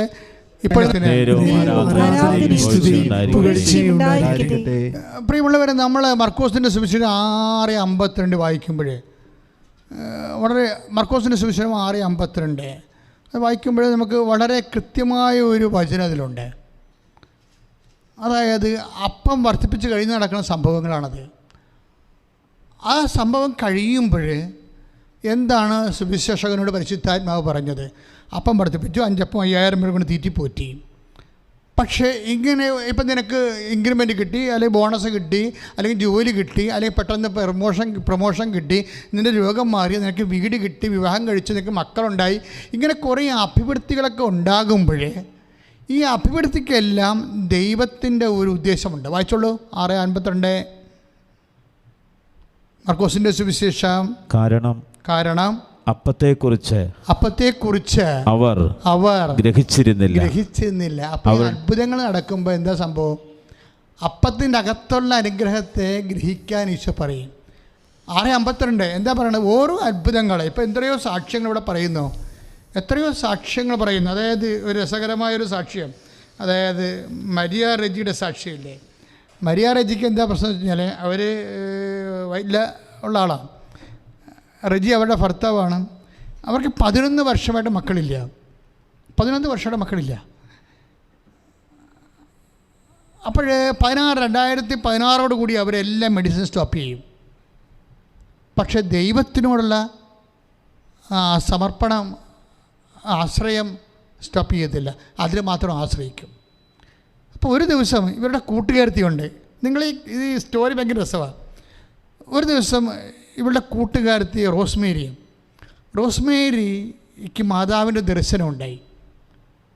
അപ്പം ഈ അതേസമയം തന്നെ മരിയ റെജി കരയണ ദർശനം ഉണ്ടായി. സ്വപ്നമായിരുന്നു. ഒരു സ്വപ്നത്തിൽ കൃപാസനം മാതാവ് നിൽക്കുന്നു, മരിയ റെജി നിലവിളിക്കുന്നു. ആര്? റോസ്മേരിക്ക് കിട്ടുന്ന സ്വപ്നമാണ്. അത് വേറെ സ്ഥലത്താണ് അവർ താമസിക്കുന്നത്. റോസ്മേരി ഈ സ്വപ്നം ഉണ്ടായതിനു ശേഷം ഉടനെ മരിയ റെജി വിളിക്കടി, നീ എത്രയും വേഗം കൃപാസനത്തിൽ പോകണം. എന്തിനാണെന്ന് ചോദിക്കേണ്ടത്, നീ അവിടെ ചെന്നാൽ മതി, എന്തോ കാര്യമുണ്ടടി എന്ന് പറയും. കാര്യം എന്താ? അപ്പോൾ ഇവർ ചോദിക്കും എന്താ പ്രശ്നം? അതായത് ഇന്നലെ നിന്നെയും മാതാവിനെ ഞാൻ ഒരുമിച്ച് സ്വപ്നം കണ്ടെന്ന് പറയും.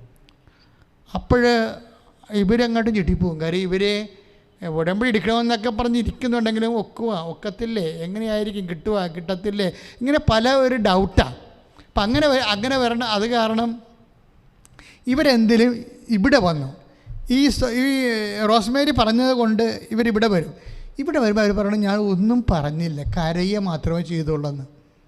എന്നിട്ട് അവർ പറയുന്ന ഒരു ലാംഗ്വേജ് ഉണ്ട്, ഞാൻ ഒന്നും പറഞ്ഞില്ല അമ്മയോട്, ഞാൻ കരയുക മാത്രമേ ചെയ്തുള്ളൂ. അമ്മ എൻ്റെ കണ്ണീരിൻ്റെ അർത്ഥം മനസ്സിലാക്കിയെന്ന്. ഒയ്യോ, ഈ കാലഘട്ടങ്ങളിൽ കേട്ട സാക്ഷ്യങ്ങൾ ഏറ്റവും നല്ല ഒരു ക്വാളിറ്റി സാക്ഷ്യമാണ്. ഞാനൊന്നും പറഞ്ഞില്ല അമ്മയോട്, ഞാൻ കരയുക മാത്രമേ ചെയ്തുള്ളൂ. വാവിട്ട് കരഞ്ഞ്. പക്ഷെ അമ്മ എൻ്റെ കണ്ണീരിൻ്റെ അർത്ഥം മനസ്സിലാക്കി. ഞാൻ ആഴ്ച പ്രഗ്നൻ്റ് ആയെന്ന്. Price the Lord. ആ കുഞ്ഞിനെയും കൊണ്ടുവന്ന ഒരു സാക്ഷ്യം പറയണത്, ആ 11 വർഷമായിട്ട് മക്കളില്ലാത്തവരാണ്. ദാറ്റ് മീൻസ് നമ്മളെ വിചാരിക്കാത്ത കേൾക്കാത്തതൊക്കെ ഇവിടെ സംഭവിക്കുന്നുണ്ട്. അതിൻ്റെ സമയഘടികാരം നിശ്ചയിച്ചാർത്തി 2004 അമ്മ പ്രത്യക്ഷപ്പെടുമ്പോഴേ അന്ന് ദുരന്തമുണ്ടാകാൻ പോണ്ട് പ്രാർത്ഥിക്കണമെന്ന് പറഞ്ഞിട്ട് അന്ന് മുതൽ ഇന്ന് വരെ ദുരന്തമാണ് ഇവിടെ. കാര്യം പ്രാർത്ഥന മാത്രമേ ഇതിന് ശാശ്വത പരിഹാരമുള്ളൂ. ബൂസ്റ്ററൊക്കെ എടുക്കാൻ വേണ്ടി കുറേ ആൾക്കാർ പറയും, നിങ്ങൾ കോവിഡിൻ്റെ 2ാമത്തെ ഇഞ്ചക്ഷൻ കഴിഞ്ഞെങ്കിൽ അടുത്ത ബൂസ്റ്റർ എടുക്കുക എന്ന് പറയും. അപ്പോൾ അതായത് ഇങ്ങനെ ഇത് എല്ലാവരെയും അങ്ങനെ സ്പർശിക്കുകയും എത്ര ഇഞ്ചക്ഷൻ എടുത്താലും എത്ര പ്രിക്കോഷൻ എടുത്താലും അതേസമയം തന്നെ ഈ സംഭവങ്ങൾ എല്ലാവർക്കും വരും. അതിനെ പ്രതിരോധിക്കാൻ അതാണ് ഈശോ പറഞ്ഞത്, സാംക്രമിക രോഗങ്ങൾ ഉണ്ടാകും, പക്ഷേ ഇത് നിങ്ങൾക്ക് സാക്ഷ്യം വഹിക്കാനുള്ള അവസരമായിരിക്കും. ആർക്ക്? വിശ്വാസിക്കുക.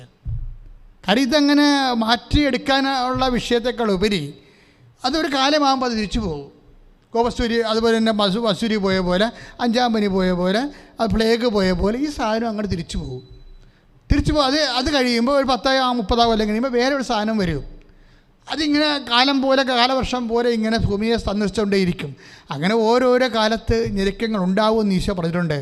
16:23 ലോകത്ത് നിങ്ങൾക്ക് ഞെരുക്കങ്ങൾ ഉണ്ടാകും, എങ്കിലും ധൈര്യമായിരിക്കണം, ഞാൻ ലോകത്തെ കീഴടക്കിയിരിക്കുന്നു. അപ്പം ലോകത്തെ കീഴടക്കിയ ആളിനെ സാക്ഷ്യം വഹിക്കാനുള്ള അവസരമായിരിക്കും ഇത് എന്നാണ് ഈശോ പറഞ്ഞത്. അപ്പം എപ്പോഴും വിശ്വാസി എപ്പോഴും ഇതിൻ്റെ സാക്ഷ്യത്തിൻ്റെ കണ്ടൻറ്റ് എന്താണെന്ന് നോക്കി നടക്കണം. കാര്യം സാക്ഷ്യം എന്ന് പറയണത് ഇപ്പം നമുക്കറിയാമേ, അതായത് ഈ റെജി എന്ന് പറയുന്ന ആ മോൾക്കാർ, അവളുടെ പേരെന്ന മരിയ റെജിക്ക്, അവർക്ക് വരണോ വരണ്ടയോ ഉടമ്പടി എടുക്കണോ വേണ്ടയോ എന്നൊക്കെ പറഞ്ഞ് ഇങ്ങനെ കയ്യാലപ്പുറത്ത് തേങ്ങാ പോലെ ഇങ്ങനെ കുലുങ്ങി ആടി നിൽക്കുന്ന സമയത്ത് അമ്മ വേറെ ഒരു കൂട്ടുകാരത്തേക്ക് പ്രത്യക്ഷപ്പെട്ട് ഇവളെയും കൂടി അവിടെ കാണിച്ചിട്ട് അവളെ കൊണ്ട് ഇവളെ വിളിച്ചിട്ട് ഇവിടെ കൊണ്ടുവന്ന് പറഞ്ഞ് അവൾ കരയുമ്പോൾ തന്നെ അമ്മ അവളെ അനുഗ്രഹിച്ച് കുഞ്ഞിനെയും കൊടുത്ത് വിടുകയാണ്. ദാറ്റ് മീൻസ് നമ്മൾ കേട്ടതിനേക്കാളൊക്കെ വലുതാണിത്. ഈ സംഭവങ്ങൾ സംഭവിച്ചുകൊണ്ടിരിക്കുന്ന ഓരോ വിഷയങ്ങളും കേട്ടതിനേക്കാളൊക്കെ വലുതാണ്. അതായത് നമുക്ക് സുവിശേഷ കാര്യങ്ങളിൽ പോലും സംഭവിക്കാത്ത ചില രീതികളാണ്. ഇതിനേക്കാൾ വലിയ കാര്യങ്ങളാണ് സുവിശേഷത്തിൽ സംഭവിച്ചിരിക്കുന്നത്. പക്ഷേ ദ മോഡ് ഓഫ് ആക്ഷൻ ഒരു പ്രത്യേക രീതിയിലാണ് ഇത് കറക്റ്റ് ചെയ്ത് വരണത്. ഞാൻ പറഞ്ഞു, എൻ്റെ മക്കളെ ഇത്തിരി വിശ്വാസമുള്ളവൻ അത് ഒത്തിരിയാക്കി എടുക്കണം. ഒത്തിരി വിശ്വാസമുള്ളവൻ സാക്ഷിയായി മാറണം. അതെപ്പോഴും നമ്മൾ ശ്രദ്ധിക്കണം. ഇത്തിരി വിശ്വാസമുള്ളവൻ അത് ഒത്തിരിയാക്കി എടുക്കണം. ഒത്തിരി വിശ്വാസമുള്ളവൻ കർത്താവിൻ്റെ ഏറ്റവും ശക്തരായ സാക്ഷികളായി മാറണം. അല്ലെ ഇനിയും ദൈവത്തെ കൊണ്ട് വല്ലതും നേടാൻ പറ്റുമോ എന്നും പറഞ്ഞുകൊണ്ട് ഇങ്ങനെ തലയും ചൊരുകി ഇങ്ങനെ അനുഗ്രഹപ്പാട്ടിൽ നടക്കരുത്. മറിച്ച് എനിക്ക് എന്ത് ചെയ്യാൻ പറ്റും, ഒരു വിശ്വാസ നിലയിൽ എനിക്കെങ്ങനെ സാക്ഷ്യം വഹിക്കാൻ പറ്റും എന്ന് നീ ചിന്തിക്കണം, എന്ന് നീ ആലോചിക്കണം. എന്നിട്ട് കർത്താവേ എന്നെ സാക്ഷിയാക്കി മാറ്റണമെന്ന് പ്രാർത്ഥിക്കുക. കർത്താവേ അങ്ങയുടെ പീഡാനുഭവത്തിന്റെ കുരിശുമരണത്തിന്റെ ഉയർത്തെഴുന്നേൽപ്പിന്റെ വീണ്ടും വരവിന്റെ സാക്ഷിയായി അഭിഷേകം ചെയ്യട്ടെ.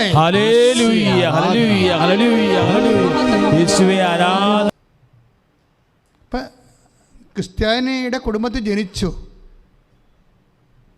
പക്ഷേ ക്രിസ്ത്യാനിയുടെ കുടുംബത്തിൽ ജനിച്ച കൊണ്ട് മാത്രമാണ് ക്രിസ്ത്യാനിയായിട്ട് ചില ആൾക്കാർ, അല്ലെങ്കിൽ ഞാൻ ഉൾപ്പെടെയുള്ളവർ അറിയപ്പെടുന്നത്. കാര്യം നമ്മുടെ ഭാഗത്ത് നിന്ന് പേയ്മെൻ്റ് ഒന്നും ഇല്ലല്ലോ. അപ്പം ഞാനിപ്പോൾ പൗരോഹിത്യത്തിൽ നിന്ന് ഉദ്ദേശിക്കുന്നത് ഞാൻ ക്രിസ്തീയ കുടുംബത്തിൽ ജനിച്ചത് കൊണ്ടാണ് ഈ വിശ്വാസം പിന്തുടരണത്. സംശയമുണ്ടോ? ഞാൻ ഈ ക്രിസ്തീയ കുടുംബത്തിലല്ല ജനിച്ചതെങ്കിൽ ഞാൻ എൻ്റെ ജീവൻ പണയം വെച്ചുകൊണ്ട് ഈ വിശ്വാസം സ്വീകരിക്കാൻ തയ്യാറാവുക? ഇപ്പോൾ കേരളത്തിൽ നടക്കുന്ന പ്രവണത എന്താണ്? അത് ഈ ശ്രീനാരായണ ഗുരുവിനെ ഒരു വലിയ സാമൂഹ്യ പരിഷ്കർത്താവായിട്ട് ഉയർത്തുകയാണ്. തെറ്റില്ല. നമ്മളുടെ ഒരു പ്ലോട്ട് കേന്ദ്രം റിജക്റ്റ് ചെയ്തിട്ടുണ്ട് റിപ്പബ്ലിക് ദിനത്തിൽ. അതിനവർ പറയുന്ന ശങ്കരാചാര്യനെ കൂടി അതിൻ്റെ കൂടെ വെക്കണമെന്നും പിന്നെ കുറച്ച് കാര്യങ്ങളൊക്കെയാണ് പറയണത്. ഞാൻ ആ വിഷയത്തിൽ കിടക്കണതിനേക്കാൾ ഉപരി നമ്മൾ ശ്രീനാരായണ ഗുരുവിനെ ഒരു കേരളത്തിൻ്റെ സാംസ്കാരിക സാമൂഹിക പരിഷ്കർത്താവായിട്ട് അവതരിപ്പിക്കുമ്പോൾ നമ്മൾ അല്ലെങ്കിൽ ആ ഒരു സമൂഹം അദ്ദേഹത്തെ ഗുരുവെ അതുപോലെ തന്നെ ആത്മീയ ആചാര്യനായിട്ട് വണങ്ങുന്ന ഒരു സമൂഹം ഉണ്ടല്ലോ ഇവിടെ കേരളത്തിൽ, ആ സമൂഹം ഇത് അംഗീകരിച്ച് അങ്ങോട്ട് കൊടുക്കും. എന്താണ്? സാമൂഹ്യ പരിഷ്കർത്താവാണ്. ഇതിൻ്റെ അപകടം എന്താണെന്ന് അറിയാമോ? ഇതൊരു മാനുഷികമായ ഏർപ്പാട് മാത്രമാണ്. ഇതിൻ്റെ അകത്ത് ദൈവികത ഒന്നും ഇല്ലെന്നാണ് മതേതരം പറയണത്. കേരളത്തിലെ സജീവനായ മതേതരനുണ്ടല്ലോ, സജീവനായ മതേതരൻ എന്താ പറയണത്? ഈ മനുഷ്യൻ്റെ അകത്ത് ഒരു ദൈവികതയുമില്ല, ഒരു ആത്മീയതയുമില്ല, ഉള്ളതെല്ലാം സാമൂഹ്യമാണെന്ന്. അതായത് ഇങ്ങനെ റെഡ്യൂസ് ചെയ്യണം ഈ സംഭവത്തെ, റെഡ്യൂസ് ചെയ്യാൻ. അപ്പം ഈ സമൂഹം എപ്പോഴും ഈ കാര്യത്തിൽ ഒരു ആത്മീയ ജാഗ്രത ഉണ്ടാകണം, എപ്പോഴും നല്ലതാണ്. നിങ്ങൾക്ക് ആവശ്യമായ ആ സമൂഹത്തിന് ആവശ്യമായ സാമൂഹ്യ ജാഗ്രതയുണ്ട്. പക്ഷേ അവിടെ ആത്മീയ ജാഗ്രത ഇല്ലെന്നുണ്ടെങ്കിൽ നാളെ EMS പോലെയും അതുപോലെ തന്നെ നെഹ്റു പോലെയും ഒരു മാനുഷിക വ്യക്തിത്വമായിട്ട് ചരിത്രം ഈ ശ്രീനാരായണ ഗുരുവിനെ മാറ്റാനുള്ള സാധ്യതയുണ്ട്. അതായത് ഇതിൻ്റെ ആത്മീയത ചോർത്തിക്കളയുക, മതമില്ലാത്ത ജീവനെ എടുക്കുക, അതുള്ള അതിന് ഒരു സംഘടിതമായൊരു ശ്രമം നമ്മുടെ കേരളത്തിൽ നമ്മുടെ സാമൂഹ്യ മേഖലകളിൽ അത്തരം പ്രവണതകൾ ശക്തമാണ്. അതതിൻ്റെ വഴിക്ക് അത് പ്രവർത്തിക്കട്ടെ. പക്ഷെ അതേസമയം തന്നെ ആധ്യാത്മികതയെ അതിൻ്റെ പേരിൽ അടിമപ്പെടുത്തുന്നതിന് വേണ്ടി പ്രവർത്തിക്കുമ്പോൾ ആ ആധ്യാത്മികത നാളെ ആ വ്യക്തികളിൽ അടുത്ത തലമുറ അംഗീകരിക്കാതെ വരും. അത് പക്ഷേ കുറച്ച് കഴിയുമ്പോൾ കാലഹരണപ്പെട്ടു പോകും.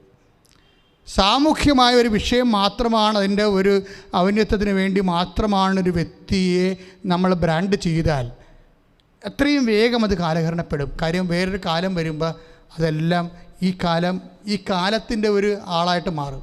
അപ്പം ഞാനതൊരു വിഷയം എൻ്റെ ഒരു ചിന്താ നിരീക്ഷണമാണ്. ആർക്കെങ്കിലും ഡിസ്റ്റർബ് ആയിട്ടുണ്ടെങ്കിൽ ഞാൻ നേരത്തെ മുൻകൂർ മാപ്പ് ചോദിക്കുകയാണ്.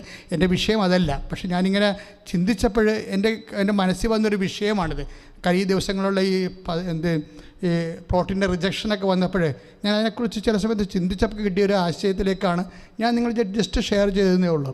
ശ്രുതികട്ടെ ഹല്ലേലൂയ.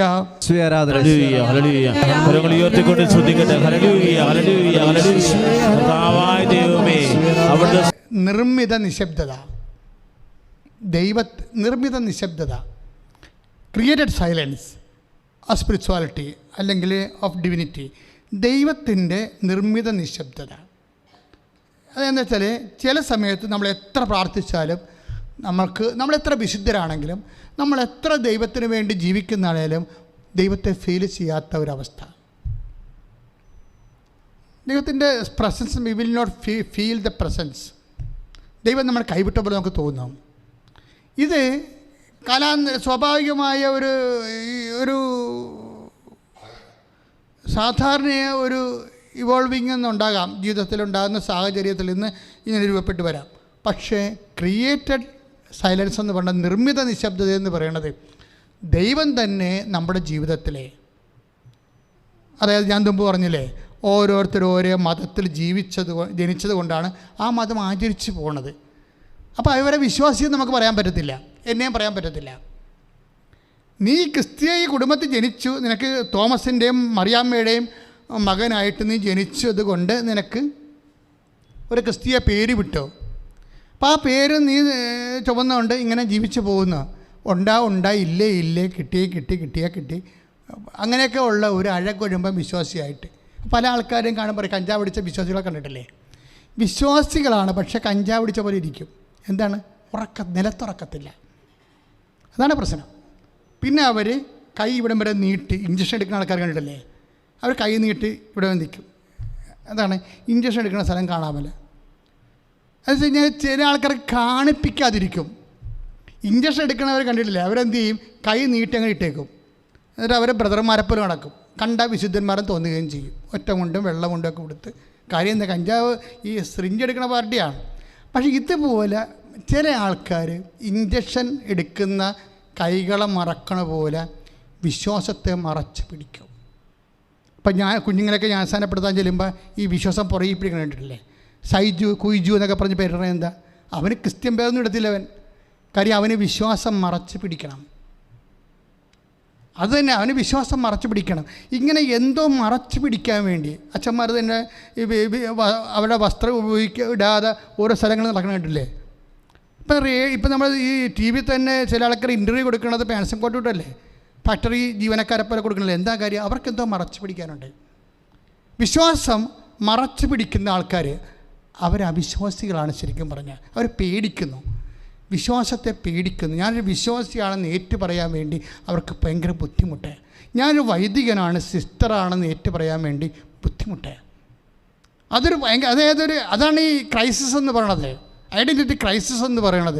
ഇതെല്ലാം ശരിക്കും പറഞ്ഞിരിക്കുന്നാൽ അത് ശരിക്കും അതായത് പണിക്കുറ്റം തന്നെയാണ്. ഓരോ വസ്തുവിനും പണിക്കുറ്റം ഉണ്ടാവുമല്ലോ. അത് ഫോർമേറ്റ് ചെയ്ത് വന്ന സമയത്ത് കിട്ടുന്നിരിക്കുന്ന ആശയങ്ങൾക്ക് വന്നിരിക്കുന്ന പ്രശ്നമാണത്. മറ്റു ധൈര്യത്തോടെ കർത്താവിനെ പ്രഘോഷിക്കാൻ അവർക്കറിയത്തില്ല. അവർക്കത് അറിയത്തില്ല.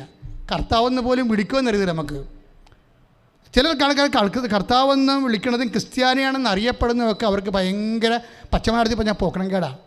അതായത് വിശ്വാസിയുടെ കുടുംബത്തിൽ ജനിച്ചിട്ട് അതിൻ്റെ പേരിൽ ആ പേരിൽ ക്രിസ്ത്യാനി എന്നിങ്ങനെ അറിയപ്പെടുന്ന ഒരു അവസ്ഥ ഉണ്ട് ഇവിടെ.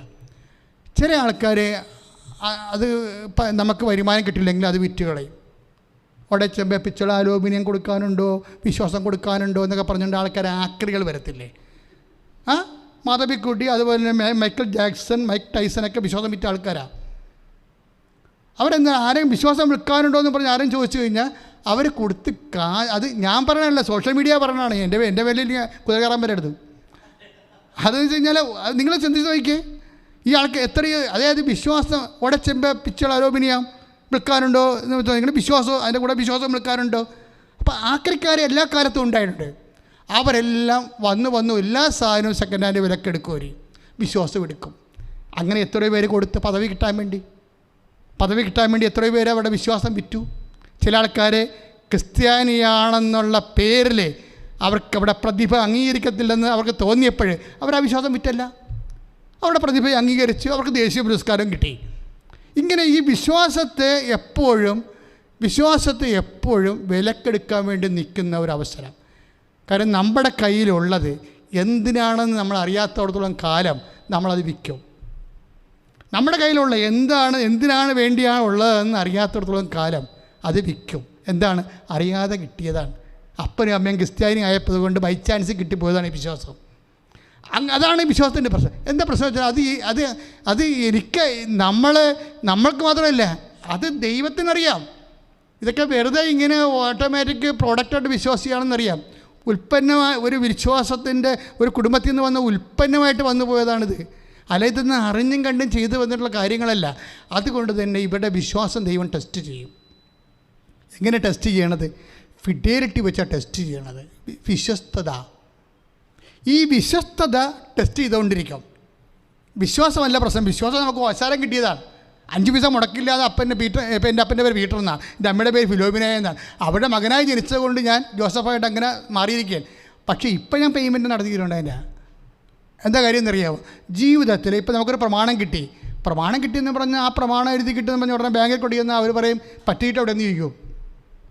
പ്രമാണം കിട്ടിയൊരു കാര്യമുണ്ടോ? പറ്റിയിട്ട് അവിടെ നിന്ന് ഇരിക്കും. അപ്പോൾ പറഞ്ഞ് പൊക്കോര് ചെയ്തിട്ടില്ല, ഇത് ചെയ്യാൻ പറ്റത്തില്ലെന്ന് പറയും. വില്ലേജ് ഓഫീസർ പറഞ്ഞ് ചെയ്യാൻ പറ്റത്തില്ല. കാര്യം എന്താ? ഇത് ഭാഗോടമ്പടി ചെയ്തിട്ടില്ല. ഭാഗോടമ്പടി ചെയ്യാത്തത് എന്താണ്? എത്ര പേരുണ്ട്? അപ്പന് എത്ര പെങ്ങന്മാരുണ്ട്? എൻ്റെ കുടുംബത്തിൽ ഭാഗോടമ്പടി ഉണ്ടായ സമയത്ത് അപ്പൻ്റെ പെങ്ങന്മാർ മരിച്ചു പോയവരുടെ സർട്ടിഫിക്കറ്റ് ഞാൻ ഹാജരാക്കേണ്ടി വന്നു.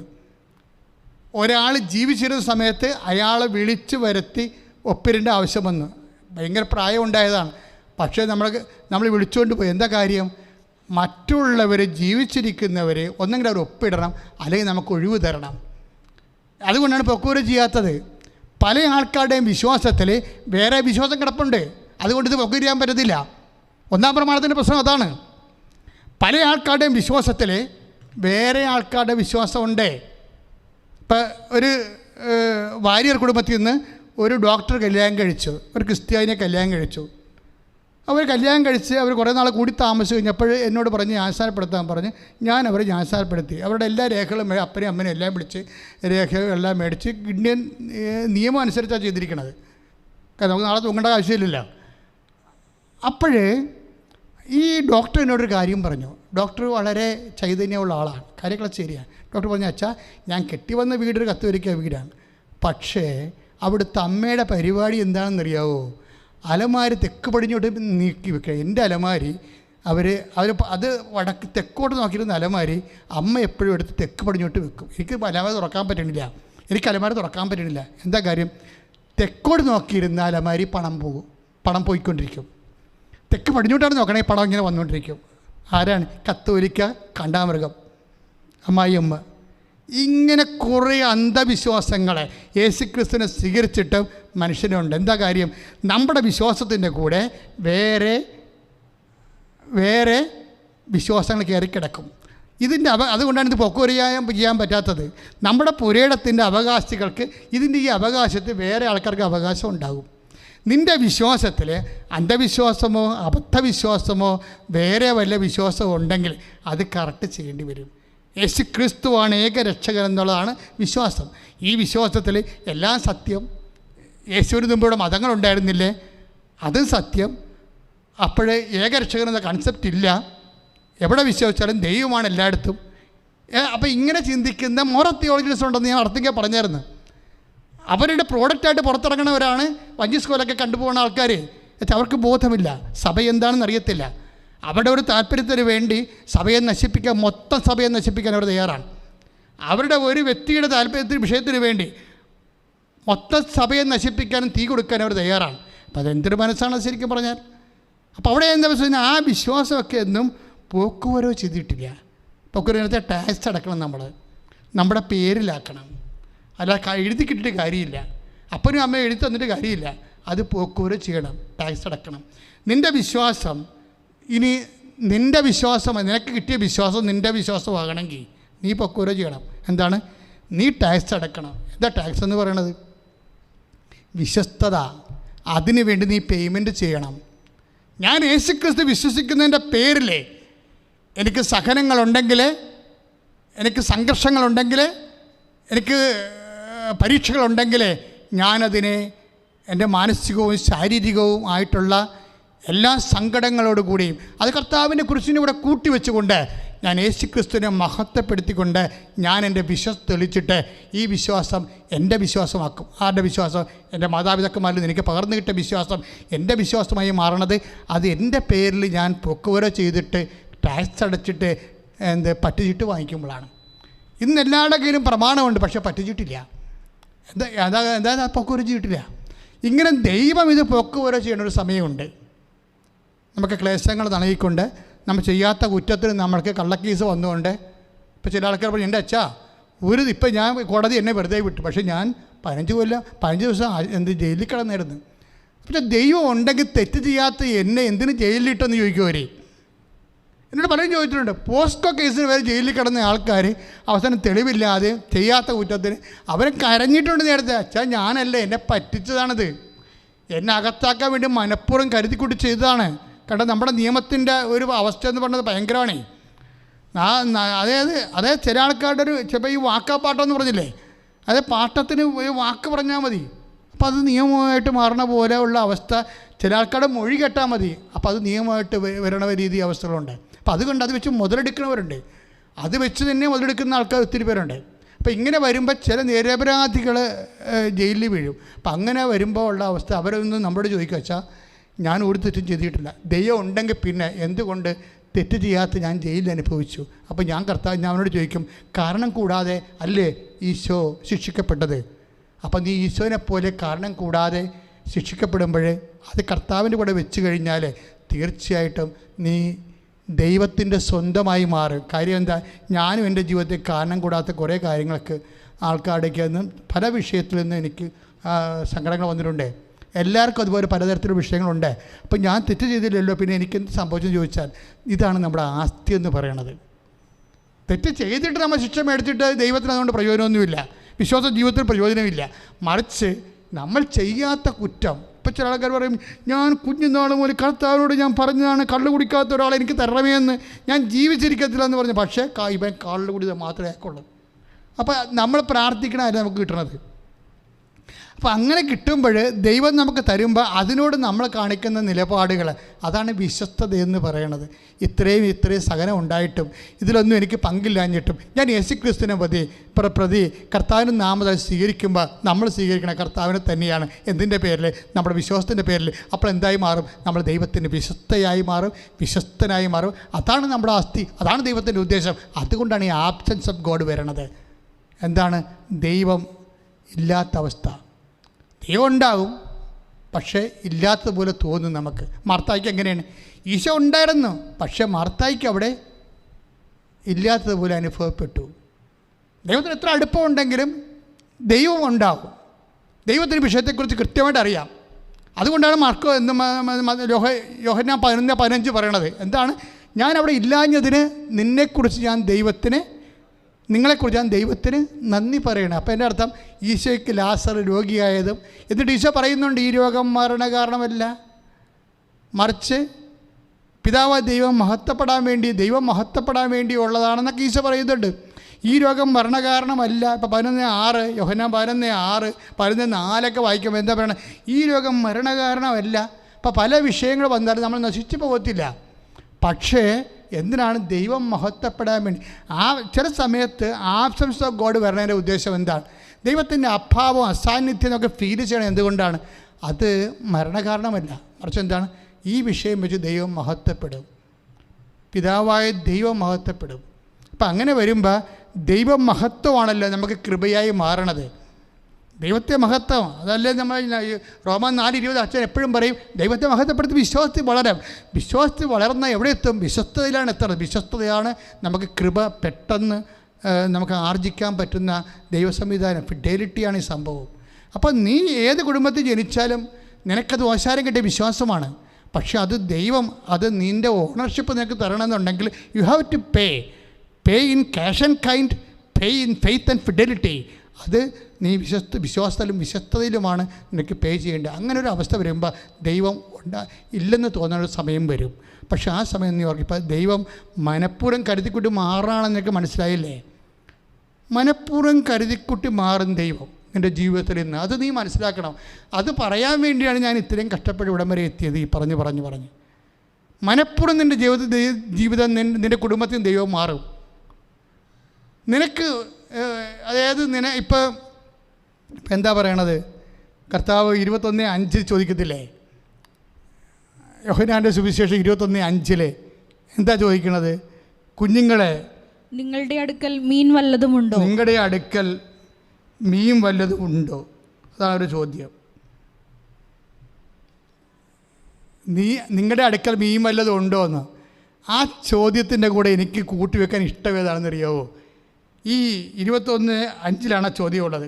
കുഞ്ഞുങ്ങളെ, നിങ്ങളുടെ അടുത്ത് മീൻ വല്ലതും ഉണ്ടോ എന്ന് ചോദിക്കണ ഈശോയ്ക്കറിയാം ആ കടലിൽ കരുനന്തം പോലും ഇല്ലെന്ന്. അത് ഈശോയാണ്. അതറിയണമെങ്കിൽ നിങ്ങൾ മത്തായി 17:27 വായിച്ചാൽ മതി. മത്തായി 17:27 വായിച്ചേ. ശ്രുതികട ഹല്ലേലൂയ. എങ്കിലും അവർക്ക് ഇടർച്ച ഉണ്ടാകാതിരിക്കാൻ നീ കടലിൽ പോയി ചൂണ്ടയിടുക. ആദ്യം ലഭിക്കുന്ന മത്സ്യത്തിന്റെ വായ് തുറക്കുമ്പോൾ ഒരു നാണയം കണ്ടെത്തും. അതെടുത്ത് എനിക്കും നിനക്കും വേണ്ടി അവർക്ക് കൊടുക്കുക. Price the Lord. എന്താണ് സംഭവിച്ചിരിക്കുന്നത്? കടലിൽ ഒരു മീൻ ഓടി പോകുന്നുണ്ട്. ആ മീനിൻ്റെ വായിലൊരു നാണയം ഇരിപ്പുണ്ട്. പോരെ. അപ്പം കടലിൽ മീനുണ്ടാകുന്ന മാത്രമല്ല, ആ മീനിൻ്റെ വായിൽ എന്തുണ്ടെന്ന് വരെ കർത്താവിനറിയാം. ആ ആളാണ് വന്ന് ഭംഗിവാക്ക് ചോദിക്കണത്, മക്കളെ മീൻ വല്ലതും ഉണ്ടോ എന്ന്. അവിടെ കരുനന്ദൻ ഇല്ലെന്നുള്ള കർത്താവിനറിയാം. അറിഞ്ഞുകൊണ്ടാണ് നമ്മൾ ചോദിക്കണത്. അപ്പോൾ അവർ ഇല്ലെന്ന് പറയുമ്പോഴാണ് ഉടമ്പടി വരുന്നത്. നമ്മുടെ കയ്യിൽ എല്ലാം ഇല്ലായ്മന്നല്ല ഉടമ്പടി വരുന്നത്. അവർക്ക് മീനില്ല എന്ന് പറയുമ്പോൾ അവൻ പറയണ പോലെ ചെയ്യാൻ, മീനില്ല എന്ന് പറയുമ്പോൾ കർത്താവ് പറഞ്ഞതുപോലെ അവർ ചെയ്യും. വള്ളത്തിന് വലതുവശത്ത് അവർ വലയിറക്കും.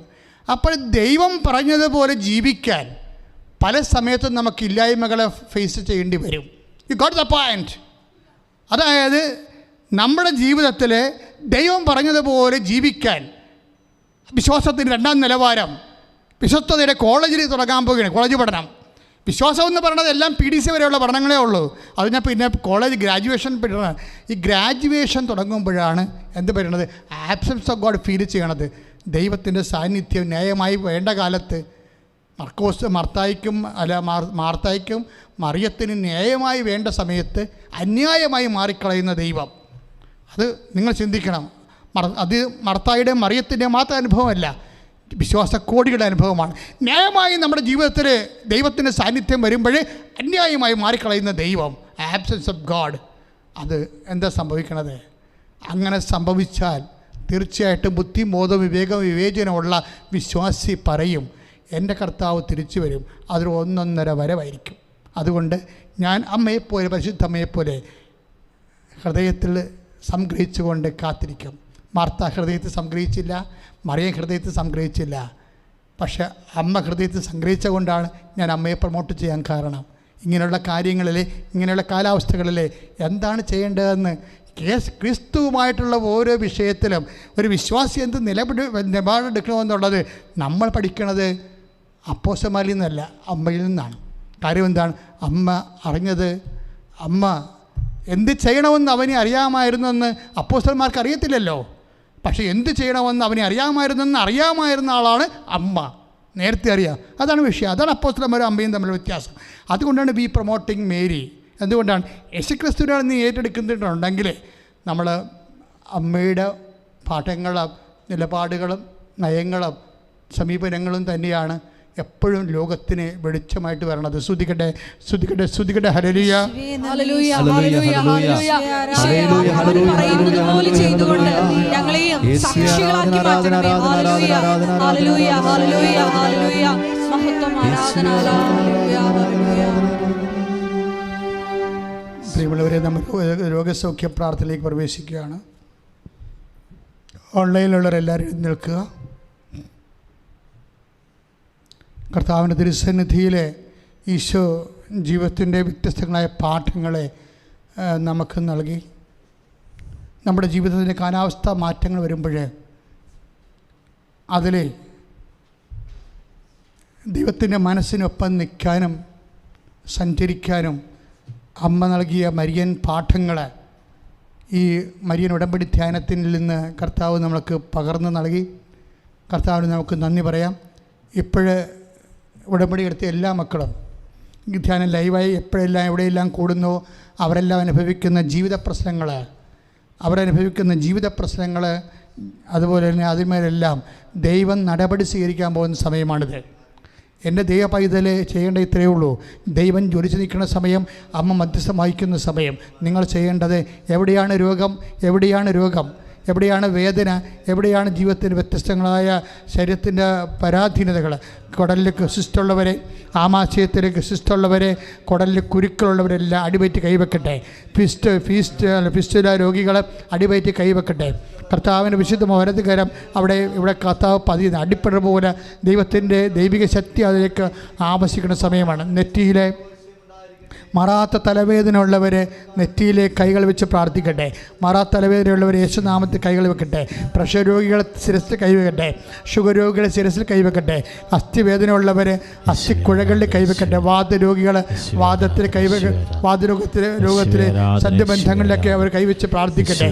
കർത്താവ് അങ്ങനെ തിരുസന്നിധി ബ്ലഡ് ഷുഗർ ഉള്ളവരെ അത് സമർപ്പിച്ചുകൊണ്ട് പ്രാർത്ഥിക്കട്ടെ. കർത്താവ് ഉള്ളക്കാലം മുതൽ കർത്താവ് ഉച്ചവരെ കർത്താവ് ഓരോരോ രോഗങ്ങളെ കർത്താവ് സമർപ്പിച്ചുകൊണ്ട് പ്രാർത്ഥിക്കണം. ഭ്രാന്ത് വന്നിട്ടുള്ളവരെ, അപസ്മാര രോഗികൾ കർത്താവ് അങ്ങനെ തിരിച്ചന്നെ അവരുടെ തിരുരക്തം തളിക്കണമെന്ന് പ്രാർത്ഥിക്കുന്നു.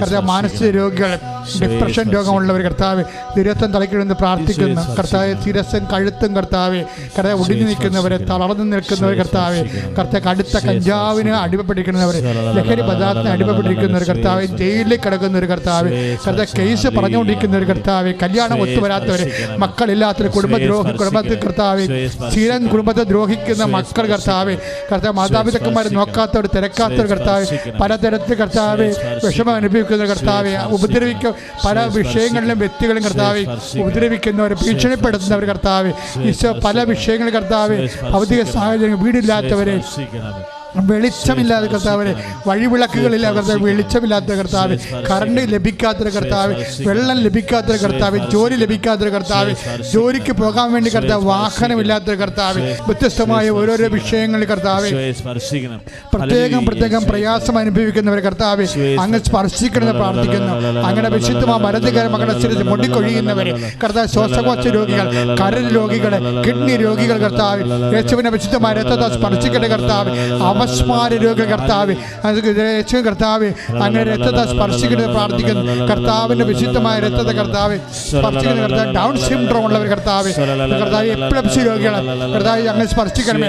വിശുദ്ധ രക്തത്തെ സ്പർശിക്കുന്ന പറയുന്നത് സാമ്പത്തിക കടങ്ങളുള്ളവർ, കടങ്ങളെ കർത്താവ്, കടകൾ പൂട്ടിപ്പോയവർ, വരുമാന മാർഗമില്ലാത്തവർ കർത്താവ്, ജോലി നഷ്ടപ്പെട്ട കർത്താവ്, ജോലി നഷ്ടപ്പെട്ട് പുറത്ത് നിൽക്കുന്ന കർത്താവ്, പരീക്ഷ തോറ്റ കർത്താവ്, നൈപുണ്യ പരീക്ഷയുടെ കർത്താവ്, അതുപോലെ തന്നെ കർത്താവ് പലതരത്തിലുള്ള യോഗ്യത പരീക്ഷയുടെ കർത്താവ്, അത് എഴുതി തോറ്റവർ പരീക്ഷ കർത്താവ്, അത് അതിൻ്റെ ഉത്തരം കർത്താവ്, അതിൻ്റെ റിസൾട്ട് പ്രതീക്ഷിക്കുന്നവർ കർത്താവ്, കുടുംബത്തിൽ കലഹമുണ്ടായി കർത്താവ്, മാനസികമായിട്ട് ഭാര്യാഭർത്തക്കന്മാർ അകന്നു പോയവർ, ഡൈവേഴ്സിന് ഒരുങ്ങുന്നവർ കർത്താവ്, ഒരുങ്ങിക്കഴിഞ്ഞതിന് ശേഷം കർത്താവ് വീണ്ടും യോജിക്കാൻ വേണ്ടി ആഗ്രഹിക്കുന്നവർ കർത്താവ്, അവരെല്ലാ സ്ഥലത്തും പ്രാർത്ഥിക്കുന്നു. മക്കളില്ലാത്ത സ്ഥലത്ത് പ്രാർത്ഥിക്കുന്നു. ഒരു തുണ്ട് ഭൂമി ഇല്ലാത്ത സ്ഥലത്ത് കടലോരങ്ങൾ താമസിക്കുന്നവരെ കർത്താവ്, കടലിൻ്റെ ഭീഷണി അനുഭവിക്കുന്നവരെ, അവരെന്ത് ചെയ്യണമെന്ന് അറിയാൻ പാടാതെ വിറങ്ങളിൽ നിൽക്കുന്നവരെ, അവിടെ വിഷയങ്ങൾ മുഴുവനായി ഏൽപ്പിച്ച് പ്രാർത്ഥിക്കും. മലയോരങ്ങൾ താമസിക്കുന്ന കർത്താവ്, കർത്താവ്, വൃഷ്ടിപ്രദേശങ്ങളും കർത്താവ്, ഉരുപൊട്ടലുള്ള സ്ഥലങ്ങളെല്ലാം കർത്താവ്, ഭീഷണിയോടെ താമസിക്കുന്നവര്, വെള്ളമൊഴുക്ക് പാടുള്ളവർ കർത്താവ്, പ്രളയം വന്ന് മുടിയവർ കർത്താവ്, പ്രളയം വരുവോ ഇല്ലയെന്ന് പറഞ്ഞ് പേടിക്കുന്നവർ കർത്താവ്, ഇങ്ങനെ എന്ത് ചെയ്യും, എവിടെ പോയി എങ്ങനെ ജീവിക്കുന്ന അറിയാൻ പറ്റാതെ വേദനയോട് ജീവിക്കുന്നവരെ സ്പർശിക്കണമേ. മക്കളെ ഓർത്ത്, മക്കളുടെ ദുർനടപ്പിന് ഓർത്ത്, മക്കളുടെ തെറ്റായ പ്രണയ ബന്ധങ്ങളെ ഓർത്തുകൊണ്ട്, വിശ്വാസ തകർച്ച ഓർത്തുകൊണ്ടും, കൂദാശ ജീവിതം വിട്ടു നിൽക്കുന്നതിന് ഓർത്തുകൊണ്ട് കർത്താവ്, വ്യത്യസ്തമായ വിഷയങ്ങളിൽ വേദന അനുഭവിക്കുന്നവരെ ദൈവമേ സ്പർശിക്കണമെന്ന് പ്രാർത്ഥിക്കുന്നു. അമ്മേ, പരിശുദ്ധമ്മേ, ദേവമാതാവേ,